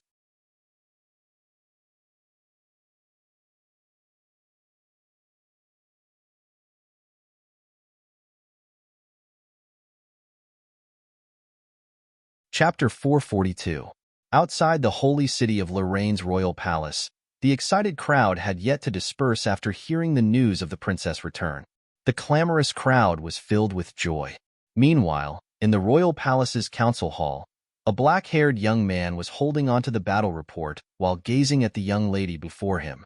It was a pity that the princess before Luoya didn't show any signs of joy. Instead, she remained silent. Of course, the current civil war in the theocracy wasn't a prolonged war, nor was it a meat grinder where both sides were evenly matched. Instead, It was more like a smooth sailing battle where one could easily gain merits. But even so, there was a part of the young lady's heart that didn't want to agree no matter what. After a brief silence, the blonde young lady clenched her fists and almost couldn't help but raise this question. However, after hearing Nuo Ayer's rare question with slight anger, Luoya wasn't angry. Instead, he replied solemnly, "In that case, isn't there even less need to take risks? Ever since you were injured, you haven't recovered from the battles and the journey, right? Instead of worrying about the battlefield where Uncle is, why don't you calm down and recuperate?" The blonde young lady said and walked up to Luoya. She extended her hand to hold the young man's hand, and her eyes glowed with a gentle persuasion. Looking at the princess in such a state, Luoya didn't know how to reject her. Now that the battle saint had left the theocracy, Nuo Ayer had too many matters to attend to as the princess. For safety reasons, the young lady who had just experienced danger shouldn't head to the battlefield. After all, Prince Cain was no longer around and Nuo Ayer was the only heir to the royal family. "Sorry, I'm afraid I can't rest yet. Although I don't care about the merits on the battlefield, there are some things that I want to confirm. The entrance to the appraisal meeting is at Eric's house. I want to take a look there." Gazing into the eyes of the black-haired young man, the blonde young lady couldn't help but tremble when she heard his intentions. Naturally, she recalled that Luoya had casually mentioned the chairman of the appraisal meeting, Collector. According to the explanation of the cultists, Collector had already predicted the calamity that would befall Tucker Fortress. He even took the initiative to set up a gate for the cultists in advance. That was why the cultists had the ability to enter the fortress. Absolutely not. The princess who was holding the chains pulled the young man pulled him to her front. Her slender legs knelt on the chair between Luoya's knees. She stared into the young man's golden eyes and spoke angrily. "Indeed, that might be the case. But there are some things that I feel are unavoidable. No matter how much I hate them, they will still suddenly descend, just like the tragedy at Tucker Fortress."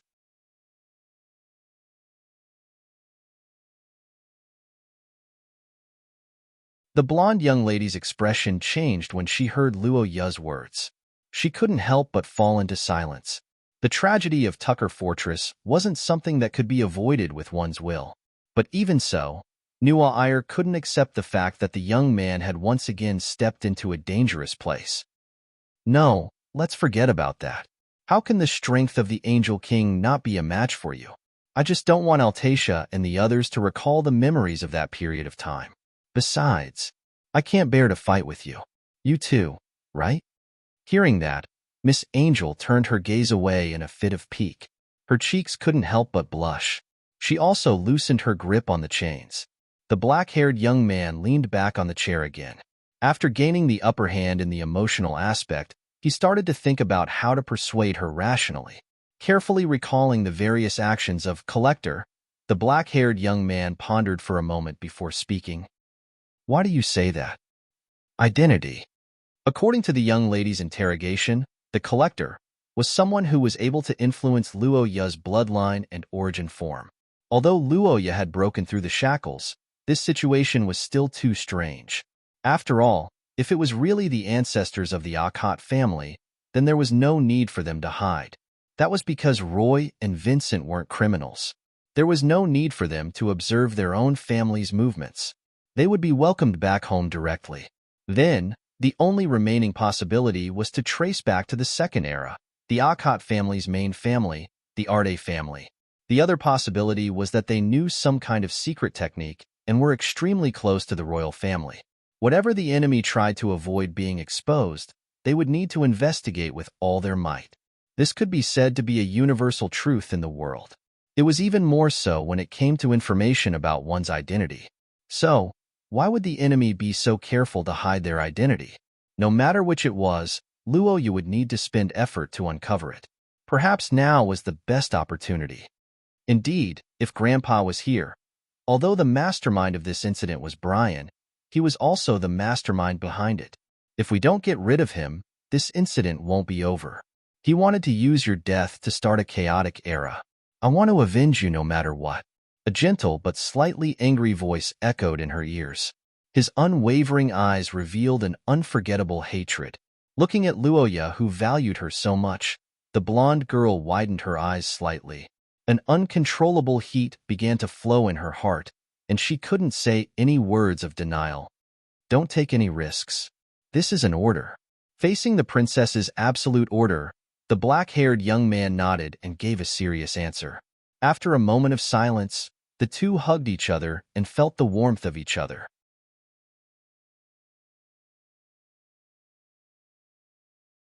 After accompanying Nuwa Iyer for a few hours, the black-haired young man left the palace in a carriage after the crowd dispersed. He returned to the holy capital labyrinth hall that he hadn't seen for a long time. As the Akkad family's residence, everything here was still the same as a few years ago. However, unlike the palace, there were no battle reports or other details of the war here. One of the reasons for this was that the princess forced Luoya to rest for 3 days. Another important reason was the rest of the pagan army and the interrogations of the cultists. In fact, in the last part of the journey, which was after entering the theocracy, a portion of the judges from the Inquisition couldn't travel anymore. They were temporarily arranged to rest in the towns along the way. It was estimated that they would only be able to return after a few days. This showed how rushed the return journey was. Lord Son of God, please allow the Church of Perseverance to protect your safety. This is not only the will of God, but also our personal wish. Furthermore, at this critical moment, we wish to participate in this war as a member of the Akkad territory and fight for our own honor. So that's why. Although the pagan army had the same status as Luoya's personal army in the Akkad territory, due to their identity as cultists, they would more or less be looked down upon. Before the war broke out, it was fine if they escorted Luoya, but after the war broke out, it was inevitable that they would be looked down upon. After knowing everyone's thoughts, Luoya naturally didn't have any objections. However, he still announced the rest plan as usual. The Blitzkrieg War had already reached its limit. The Eric family, who had the strategic depth, had already recovered from the shock. In fact, the battle report had already predicted that the war would only end in early spring. Even if it dragged on until then, in the history of the Shia family, it would definitely be considered a quick war. The pagan army might have joined the war late, but they would definitely fight. Perhaps, they might even encounter some unexpected enemies. The reason why the Eric territory was called a border territory was because it was located in a chaotic land where 3 countries intersected. Other than the theocracy, the other 2 countries were the Kingdom of Knights, Pindar, and the Austin Empire. In the past, because of this special terrain, there were constant disputes. The land wasn't fertile, so no one was willing to take it. That was why the Eric family was thrown there. However, according to the latest battle report, the Austin Empire, who had always been indifferent to this area, suddenly mobilized their troops after the war started. Moreover, unlike the Kingdom of Knights, who only guarded the border, the Austin Empire didn't spread their net but began to concentrate their forces. What is that emperor thinking? The black-haired young man muttered to himself and frowned.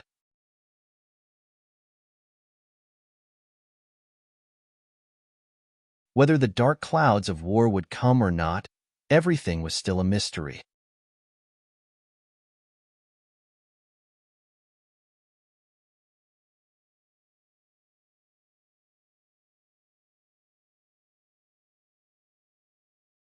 Chapter 443.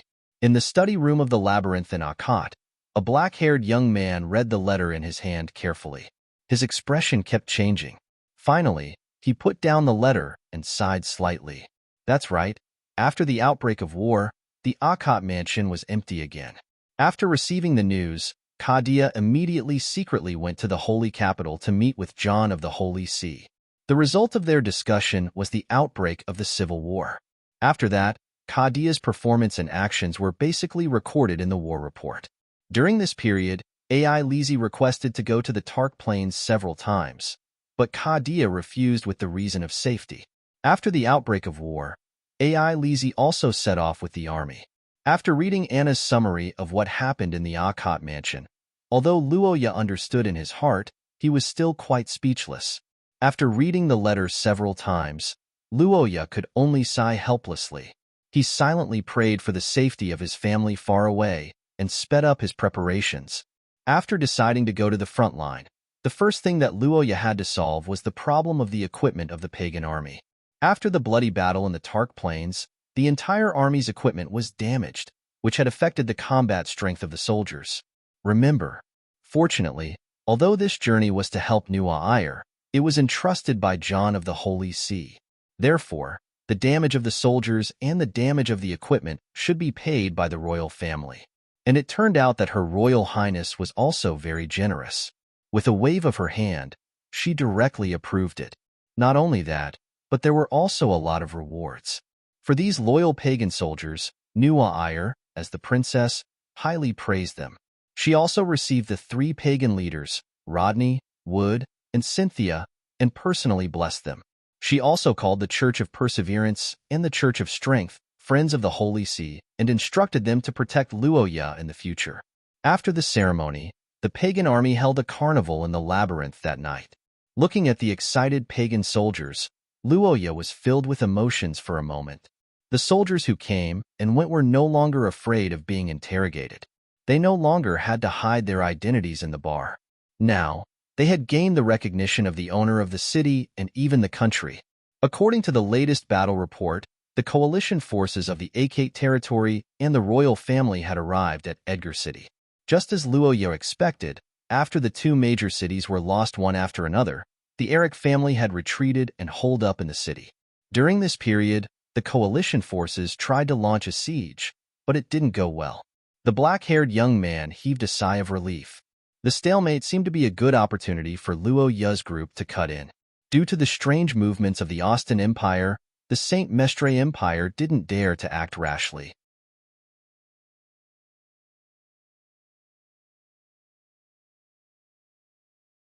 The situation on the battlefield had come to a standstill. In the palace, the blonde girl looked at the news from the front line and frowned. On the other side of the wide table, there was another report from the distant Tucker Fortress. The Tucker Fortress was strong on the outside but weak on the inside. This was something that the people who enjoyed peace in the Holy Capital didn't understand. In the information that had been released, the Holy See didn't mention the specific damage to the fortress. So, let alone the civilians, even the nobles didn't pay attention to it. Only Nu'a-Ayr and the others who had returned from the eastern region could truly understand the uneasiness of the door being left ajar. The eastern region is obviously severely lacking in supplies, but the civil war has taken up more resources.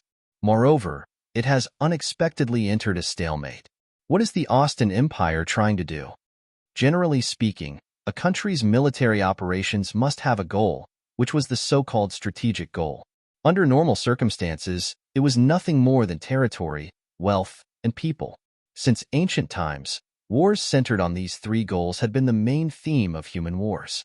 But looking at the current situation, the actions of the Austin Empire this time were confusing. The Eric family was arranged to guard this place 200 years ago. That era was the era when the conflict between the Saint Mestre Empire and the Austin Empire was the most intense. To a certain extent, the Eric family was actually an abandoned pawn used to delay the enemy when the war broke out between the 2 countries. Because of this, they acquiesced to the expansion of the army and construction. But even so, this land didn't mean much from a military point of view. As for the people, there was no need to mention it. No matter where the Saint Mestre Empire was, anti-Austinism was an old tradition. In the eyes of the Austins, they were all unruly people. In fact, the Austin Empire didn't lack people. It was better to say that almost 100 years after the mutants' invasion, peace had arrived, and the population of all countries was very rich.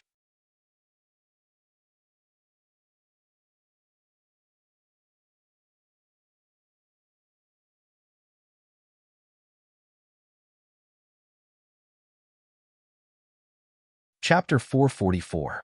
Austin Empire, capital of Theo. A moderate amount of snow in winter was seen as a good thing in most areas. The moisture of dry land was beneficial for the growth of crops in the coming year, which was extremely important for agriculture. However, for a city, snow would cause traffic problems, especially during this period of time. In St. Maester, where almost everyone was a Shia believer, today was the new year. Tens of thousands of people would gather to pray. In the country of scholars, today was the birthday of the God of wisdom. Various schools would gather and hold a conference to showcase themselves. In the Austin Empire, today was the founding day.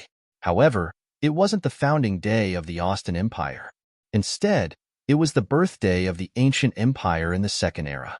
On the founding day, nobles from all over the country would travel thousands of miles to the center of the empire to offer their loyalty and blessings to the ancient race that had held the highest authority of the human race for thousands of years. A grand celebration would be held in the palace. The arrival of guests would even cause congestion in the so-called most prosperous city of the human race. In the splendid palace, a black-haired girl dressed in splendid attire stood alone at the side of the venue. Her amethyst-like eyes reflected the scene of prosperity and peace. Her delicate face was as cold as ever, but even so, she still attracted the gazes of countless young talents. However, it was a pity that this year was the same as previous years. The girl whose eyes and smile tugged at the nerves of everyone was still noble and cold. She was as beautiful as a snowflake, but she would also cause frostbite to those who wanted to get close to her. No one knew what kind of person could catch her eye, just like how no one had ever danced with her before. Lillian was believed to be the child most similar to her father, Emperor Lucas. They seemed to lack any feelings.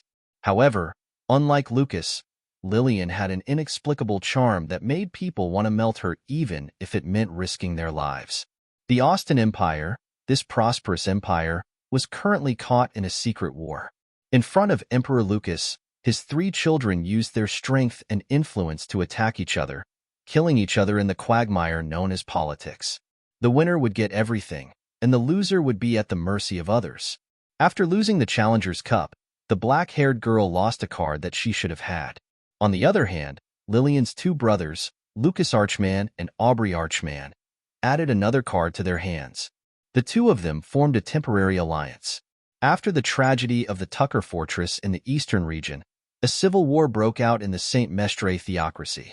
This could be said to be the matter that all the countries were paying attention to.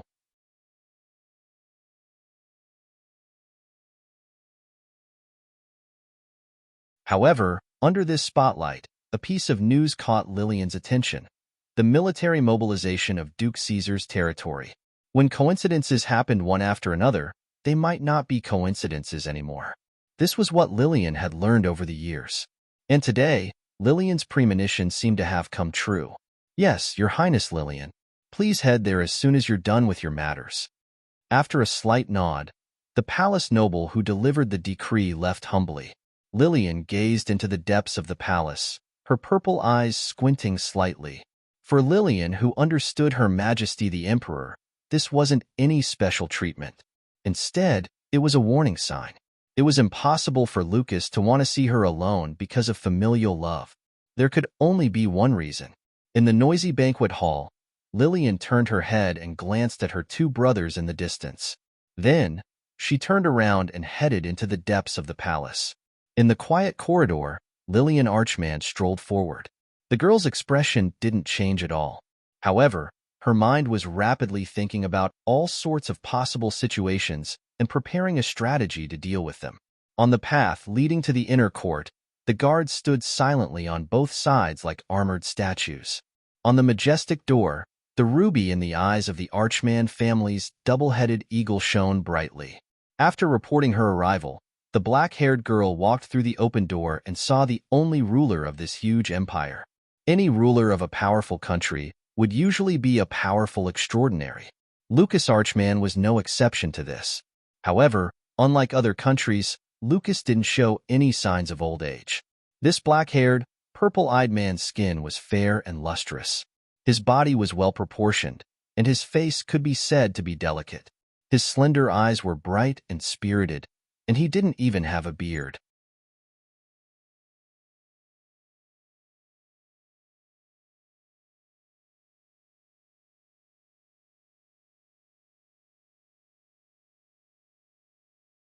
Chapter 445. St. Maester Theocracy, St. Lorraine. It was the same lineup. When they entered the holy white city, tens of thousands of people surged. Countless people came to greet their princess. But when they left, it was silent.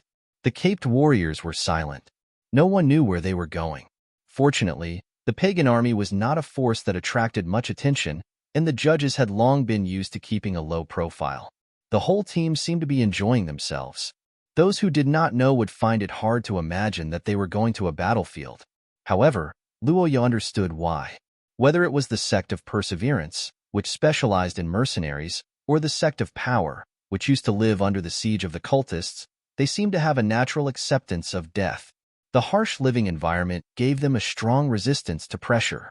As for the judges, they were the most devout Shia believers, but they also had the highest mortality rate among the various positions in the church. No matter how strong they were, any army with such a spirit could be regarded as a great teacher. On the battlefield, experience and skills could be accumulated, but a heart of steel was difficult to learn, not to mention that these were real warriors. Of course, they did not know that the tall woman who threw the small bag to them was a master who could become a general, and the old man who looked at them with a smile was a warrior blessed by the gods. Only the guards on the city wall who sensed the strange atmosphere could tell that there was something different about this team. Remember, in fact, Luoya and Nuo decided to travel safely. The young man did not want too many people to notice their existence. Fame would bring too much attention, and it was inevitable for the generals on the battlefield. Although Luoya was famous for his personal strength, he still could not escape this iron law. Besides, the young man was confident that he was at the top of the blacklist of the Eric family, so there was a high possibility that he would be noticed. Rodney, when you were a leader, how many people have you commanded? Obviously, the number of people that the two of them commanded stopped at the level of a village fight. Although their fights could destroy mountains and rivers, the number of people they commanded was still a small-scale battle. It could not be called a war. As for the judges, there was no need to mention them. It was rare for cultists to band together like Brian did last time. Scum did not trust scum, and it was good enough that they did not stab each other in the back. Therefore, most of them preferred to fight alone. Therefore, most of the judges strengthened their ability to act independently. Although they were much more experienced than ordinary soldiers, they needed a good leader when they acted in a group.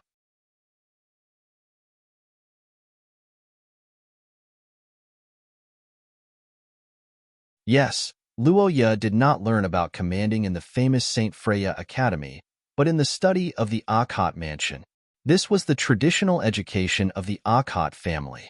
The primary education of the Akkad family was military chess, and it was divided into many different versions according to the difficulty. The first version was like chess in the previous world, and the final version was no different from a military map. Usually, Luoya and Ai Lizzie would play a simplified version of military chess before bed, and every time Kadia came home, they would play a big game like an exam. Although Luoya lost every time, he learned a lot from them. At that time, Luoya did not have Paitila, the king of holy beasts, by his side, and the Gulandair consumed too much fuel. Therefore, this battle was a real battle of command, and the results were not bad.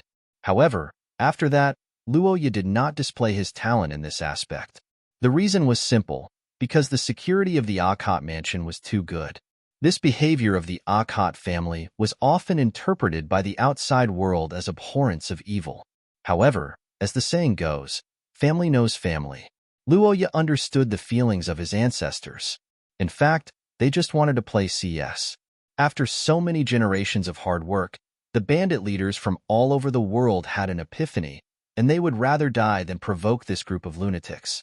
Thinking about some of the military strategies of the military experts in the previous world, the teenager could not help but feel excited. However, as the saying goes, if a worker wants to do a good job, he must first sharpen his tools. As a commander, Luoya did not want to go into the battlefield empty-handed, and reality proved that the system did not want to either. The bugle horns sounded, the war drum sounded, the first battle tempered in troubled times, nirvana in the flames of war.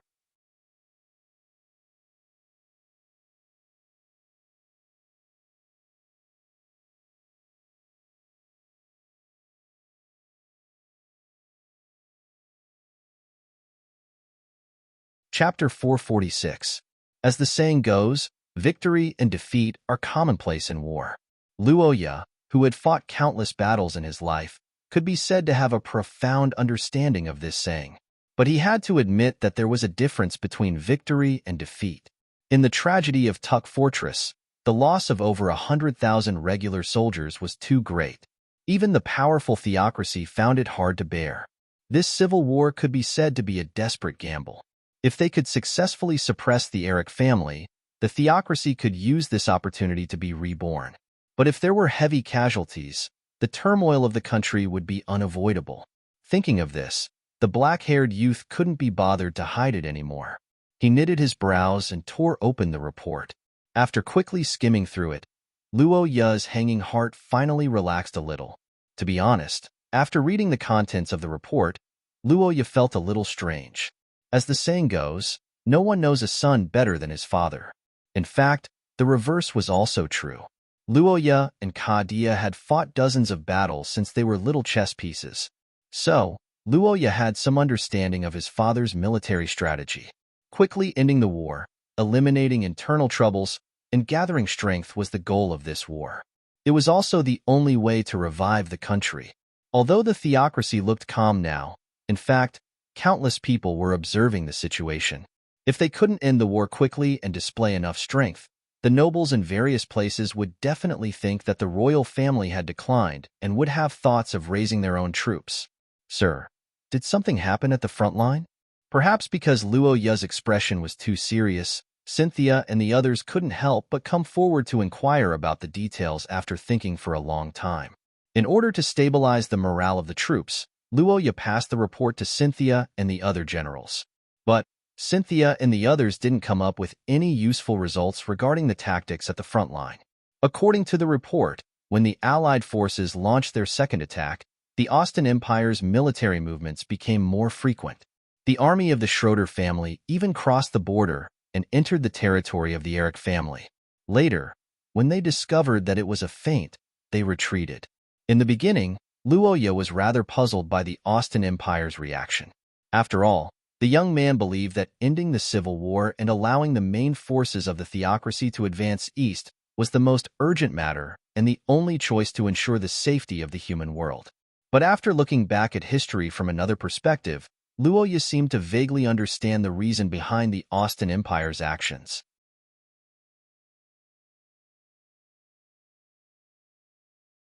The Austin Empire's actions seemed suspicious, but if one looked at history as a mirror, they would find that the same kind of friction existed in the previous war against the aliens, and their goal was the same: to seize the leadership position in the Holy War against the aliens. There was no doubt that the Holy See played a decisive role in the continuation of the human race. But it had to be mentioned that during this process, the influence of the Holy See and the theocracy would naturally expand, and the number of believers would also increase. In fact, after every alien war, the theocracy would have a golden period of several decades, when its national power and influence would increase significantly. In other words, the only thing that stood in the way of the Austin Empire was the theocracy, and now, the theocracy was in an unprecedentedly weak state, so it was the best time to replace it. Once they succeeded, not only would the theocracy become stronger, the Austin Empire, which had the largest territory and population, might even use this as a starting point to establish a united human empire like the ancient Austin Empire from 1,000 years ago. This should be the long-cherished wish of the Ackman's emperors. This time, things are troublesome. Edgar City might be sturdy, but with the help of a level 1 source ranker, it was only a matter of time before it was conquered. According to the original battle plan, Holy See John should have made his move at this time. But now that Duke Caesar's army was interfering in this war with the excuse of having a blood relationship with the Eric family and an alliance treaty, Holy See John could not show up because this was a trap. Either the Holy See will appear and start a full-scale war, and then reap the benefits from the negotiation table, or stall for time so that Edgar City can't be conquered for a long time, and then the theocracy will completely lose the chance to revive. This is an overt scheme. An overt scheme was different from a scheme that could be broken with a single poke. Even if one figured out everything, it would be futile, because an overt scheme was not easy to solve from the start, and because of this, there was no need to hide it. For this kind of mission, even Luo Yu, who had confidence in his father and the army, felt that it was too difficult. But as if it was really blessed by the gods, The theocracy's current situation was not completely unsolvable because, unintentionally, he personally struck a ray of light for this dark future, and that was Brian's death.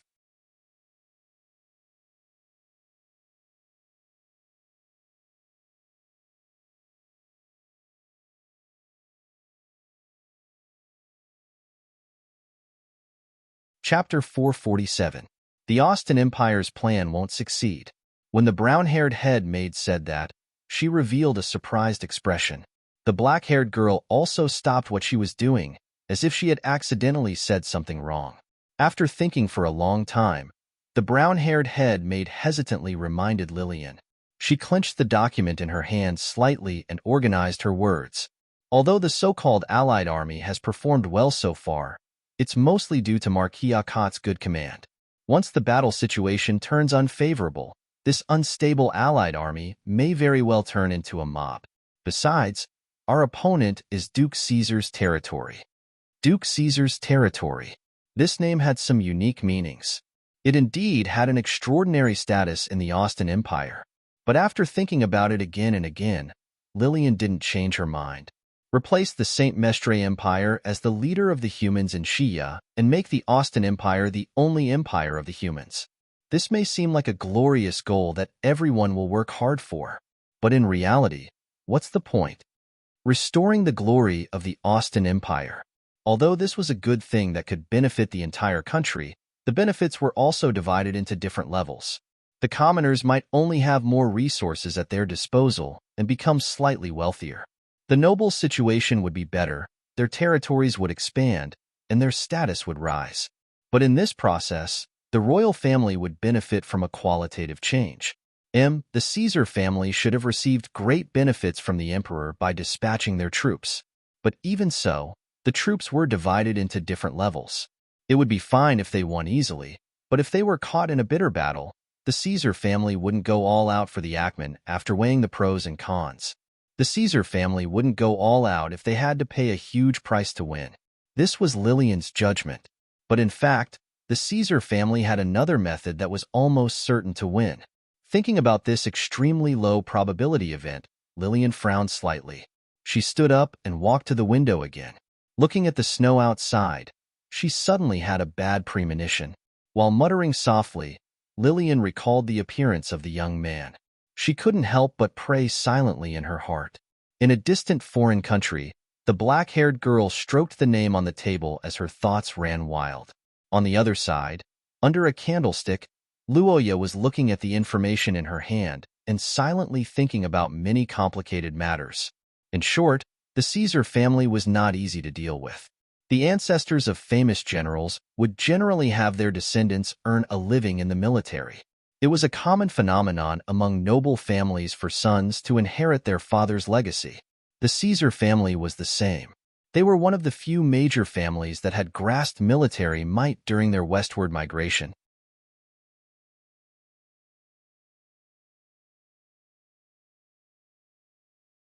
They were also one of the founding families of the current Austin Empire.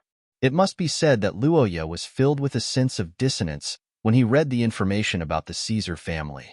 He felt as if he was reading the history of the Akkot family. In fact, there were many similarities between the two families. This made the youth very vigilant. Of course, if that was all, Luoya would have been vigilant, but he wouldn't have paid so much attention to it. What made him feel that something was wrong was another piece of information that sounded like a legend. Under the leadership of such a genius, the Caesar family slowly recovered. Leighton Caesar's strength also continued to improve. In the end, he reached the highest level of source rank 1, becoming the strongest extraordinaire in the Austin Empire. There were different opinions as to why he did this. Some said it was to leave opportunities for his descendants. After all, if Leighton continued to be a duke, his descendants wouldn't be able to train. When he died, the family might even collapse. Another said that he was tired of the upper echelons of the human race. During that period, the relationship between the Austin Empire and the theocracy was very tense. It even felt like a war was about to break out. In Luoya's previous world, people joked that netizens only had 7 seconds of memory. This was the result of the explosion of information. In Shiya's world, Where information was underdeveloped, people's memories were relatively long. But even so, it was a fact that Leighton's influence gradually disappeared over the years after he went into seclusion. This situation continued. The Caesar family never held a funeral, but no one cared about Leighton's life or death for a long time. However, what no one expected was that the legend said that he would wake up. After more than 200 years, this white-haired old man had overcome the vicissitudes of time and become the pillar that supported the human race. In front of the warriors who had long forgotten about him, he silently waved his fist and shattered their fear and despair. He crushed the ambitions of the other races and led the people in desperate situations to counterattack and advance triumphantly. He became a hero once again. Even if he was forgotten by the people, even if no one expected him, he still stood up when the human race was facing a crisis. This kind of spirit moved the young man. In fact, Leighton's return did greatly change the situation of the war. He boosted the morale and pulled the human race back from the edge of the cliff. Naturally, no one could object to the old man's decision. But this time, the people didn't forget about him. They wrote books and erected statues for him, worshipping him as a god of war. This was also the reason why Luoya could see so much information about him. Unfortunately, this wasn't a good thing for Luoya.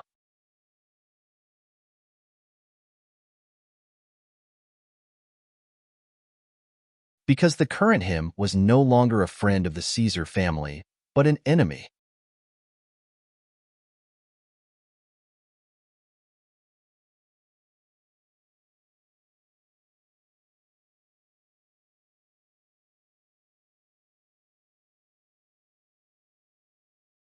Chapter 448. A military meeting. This was the solution Luoya chose based on his experience in his previous life when he encountered a difficult problem. He would analyze and discuss the situation and problems he was facing with the others. It was very likely that it would produce a complementary effect. And now, the young man was thinking about the difficult problem. More than 80 years had passed since the last Holy War. The outside world had not received any news about him. Now that several generations had passed, many guesses had emerged. Many people believed that Leighton was still alive and was just living in seclusion like before. However, there were also people who believed that the legendary old man was no longer around because Leighton was injured in the last war against the mutants. Although Antonio, as a high-ranking human, could obtain more resources, the Caesar family was also a great noble. Leighton was still living in seclusion, and with the strength of the king of a level 1 source rank race, it was really hard to imagine that he was dead. And to Luoya's opinion, Wood and the others expressed their agreement. After determining that Leighton was still alive, Luoya next considered the second question, and that was whether the legendary old man would appear before him. But the young man and his generals could not determine the answer to this question immediately. After hearing Luoya's question, Rodney, who had been to the Austin Empire during his travels, was the first to express his opinion. Cynthia, who heard him, also nodded in agreement. The tall woman, analyzed the mentality of the strong and gave such a conclusion. Beside her, Wood stroked his white beard and nodded in agreement. But in the face of everyone's unanimous conclusion, Luoya did not simply nod his head. Background: no matter how you look at it, the Caesar family's declaration of war this time is an important matter. If Leighton objects, it will not pass at all. And if he doesn't know about it, considering his performance in the last Holy War, I'm afraid the Caesar family won't dare to rashly send out troops because that might cause the strength of humans to be greatly reduced.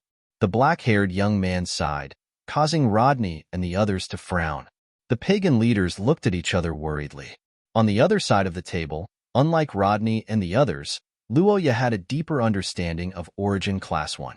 Putting everything else aside, at least for the infamous King of Curses from centuries ago, numbers were meaningless.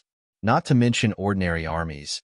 Even the legendary troops of the ancient Austin Empire that Lillian summoned could only be wiped out one by one. In the historical fragment, Luoya had indeed killed Prist, but that was under special conditions and schemes. Moreover, Altacia was still able to display her past strength at that time. But in reality, Luoya didn't have that advantage, and defeat was almost certain.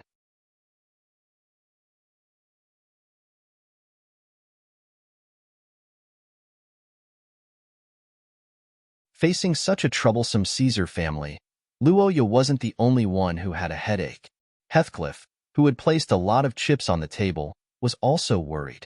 John of the Holy See, who had once fought alongside Leighton on the battlefield against the mutants, clearly knew Leighton's influence and strength. So before the war between the two sides, he had urgently sent a group of emissaries to Duke Caesar's territory. According to the information from the front line, the emissary group this time was of a high standard. There were many well-known bishops in the group, but Luoya was pessimistic about whether they could complete the mission. Unlike the pious theocracy, the Austin Empire had actually inherited the religion of ancient Austin and worshipped polytheism. Luoya didn't know about the religious views of the Caesar family, but no matter how he thought about it, it was unlikely for him to communicate with pious and monotheistic bishops. But what the young man didn't know was that while he was worried about the outcome of the negotiation, the complicated situation of the war had changed. You're tuning in to the Romance Rendezvous YouTube channel.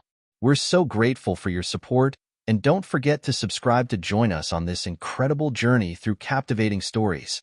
Your generosity through donations truly makes a world of difference, as it's the primary source of revenue that allows me to expand and enhance this channel for you.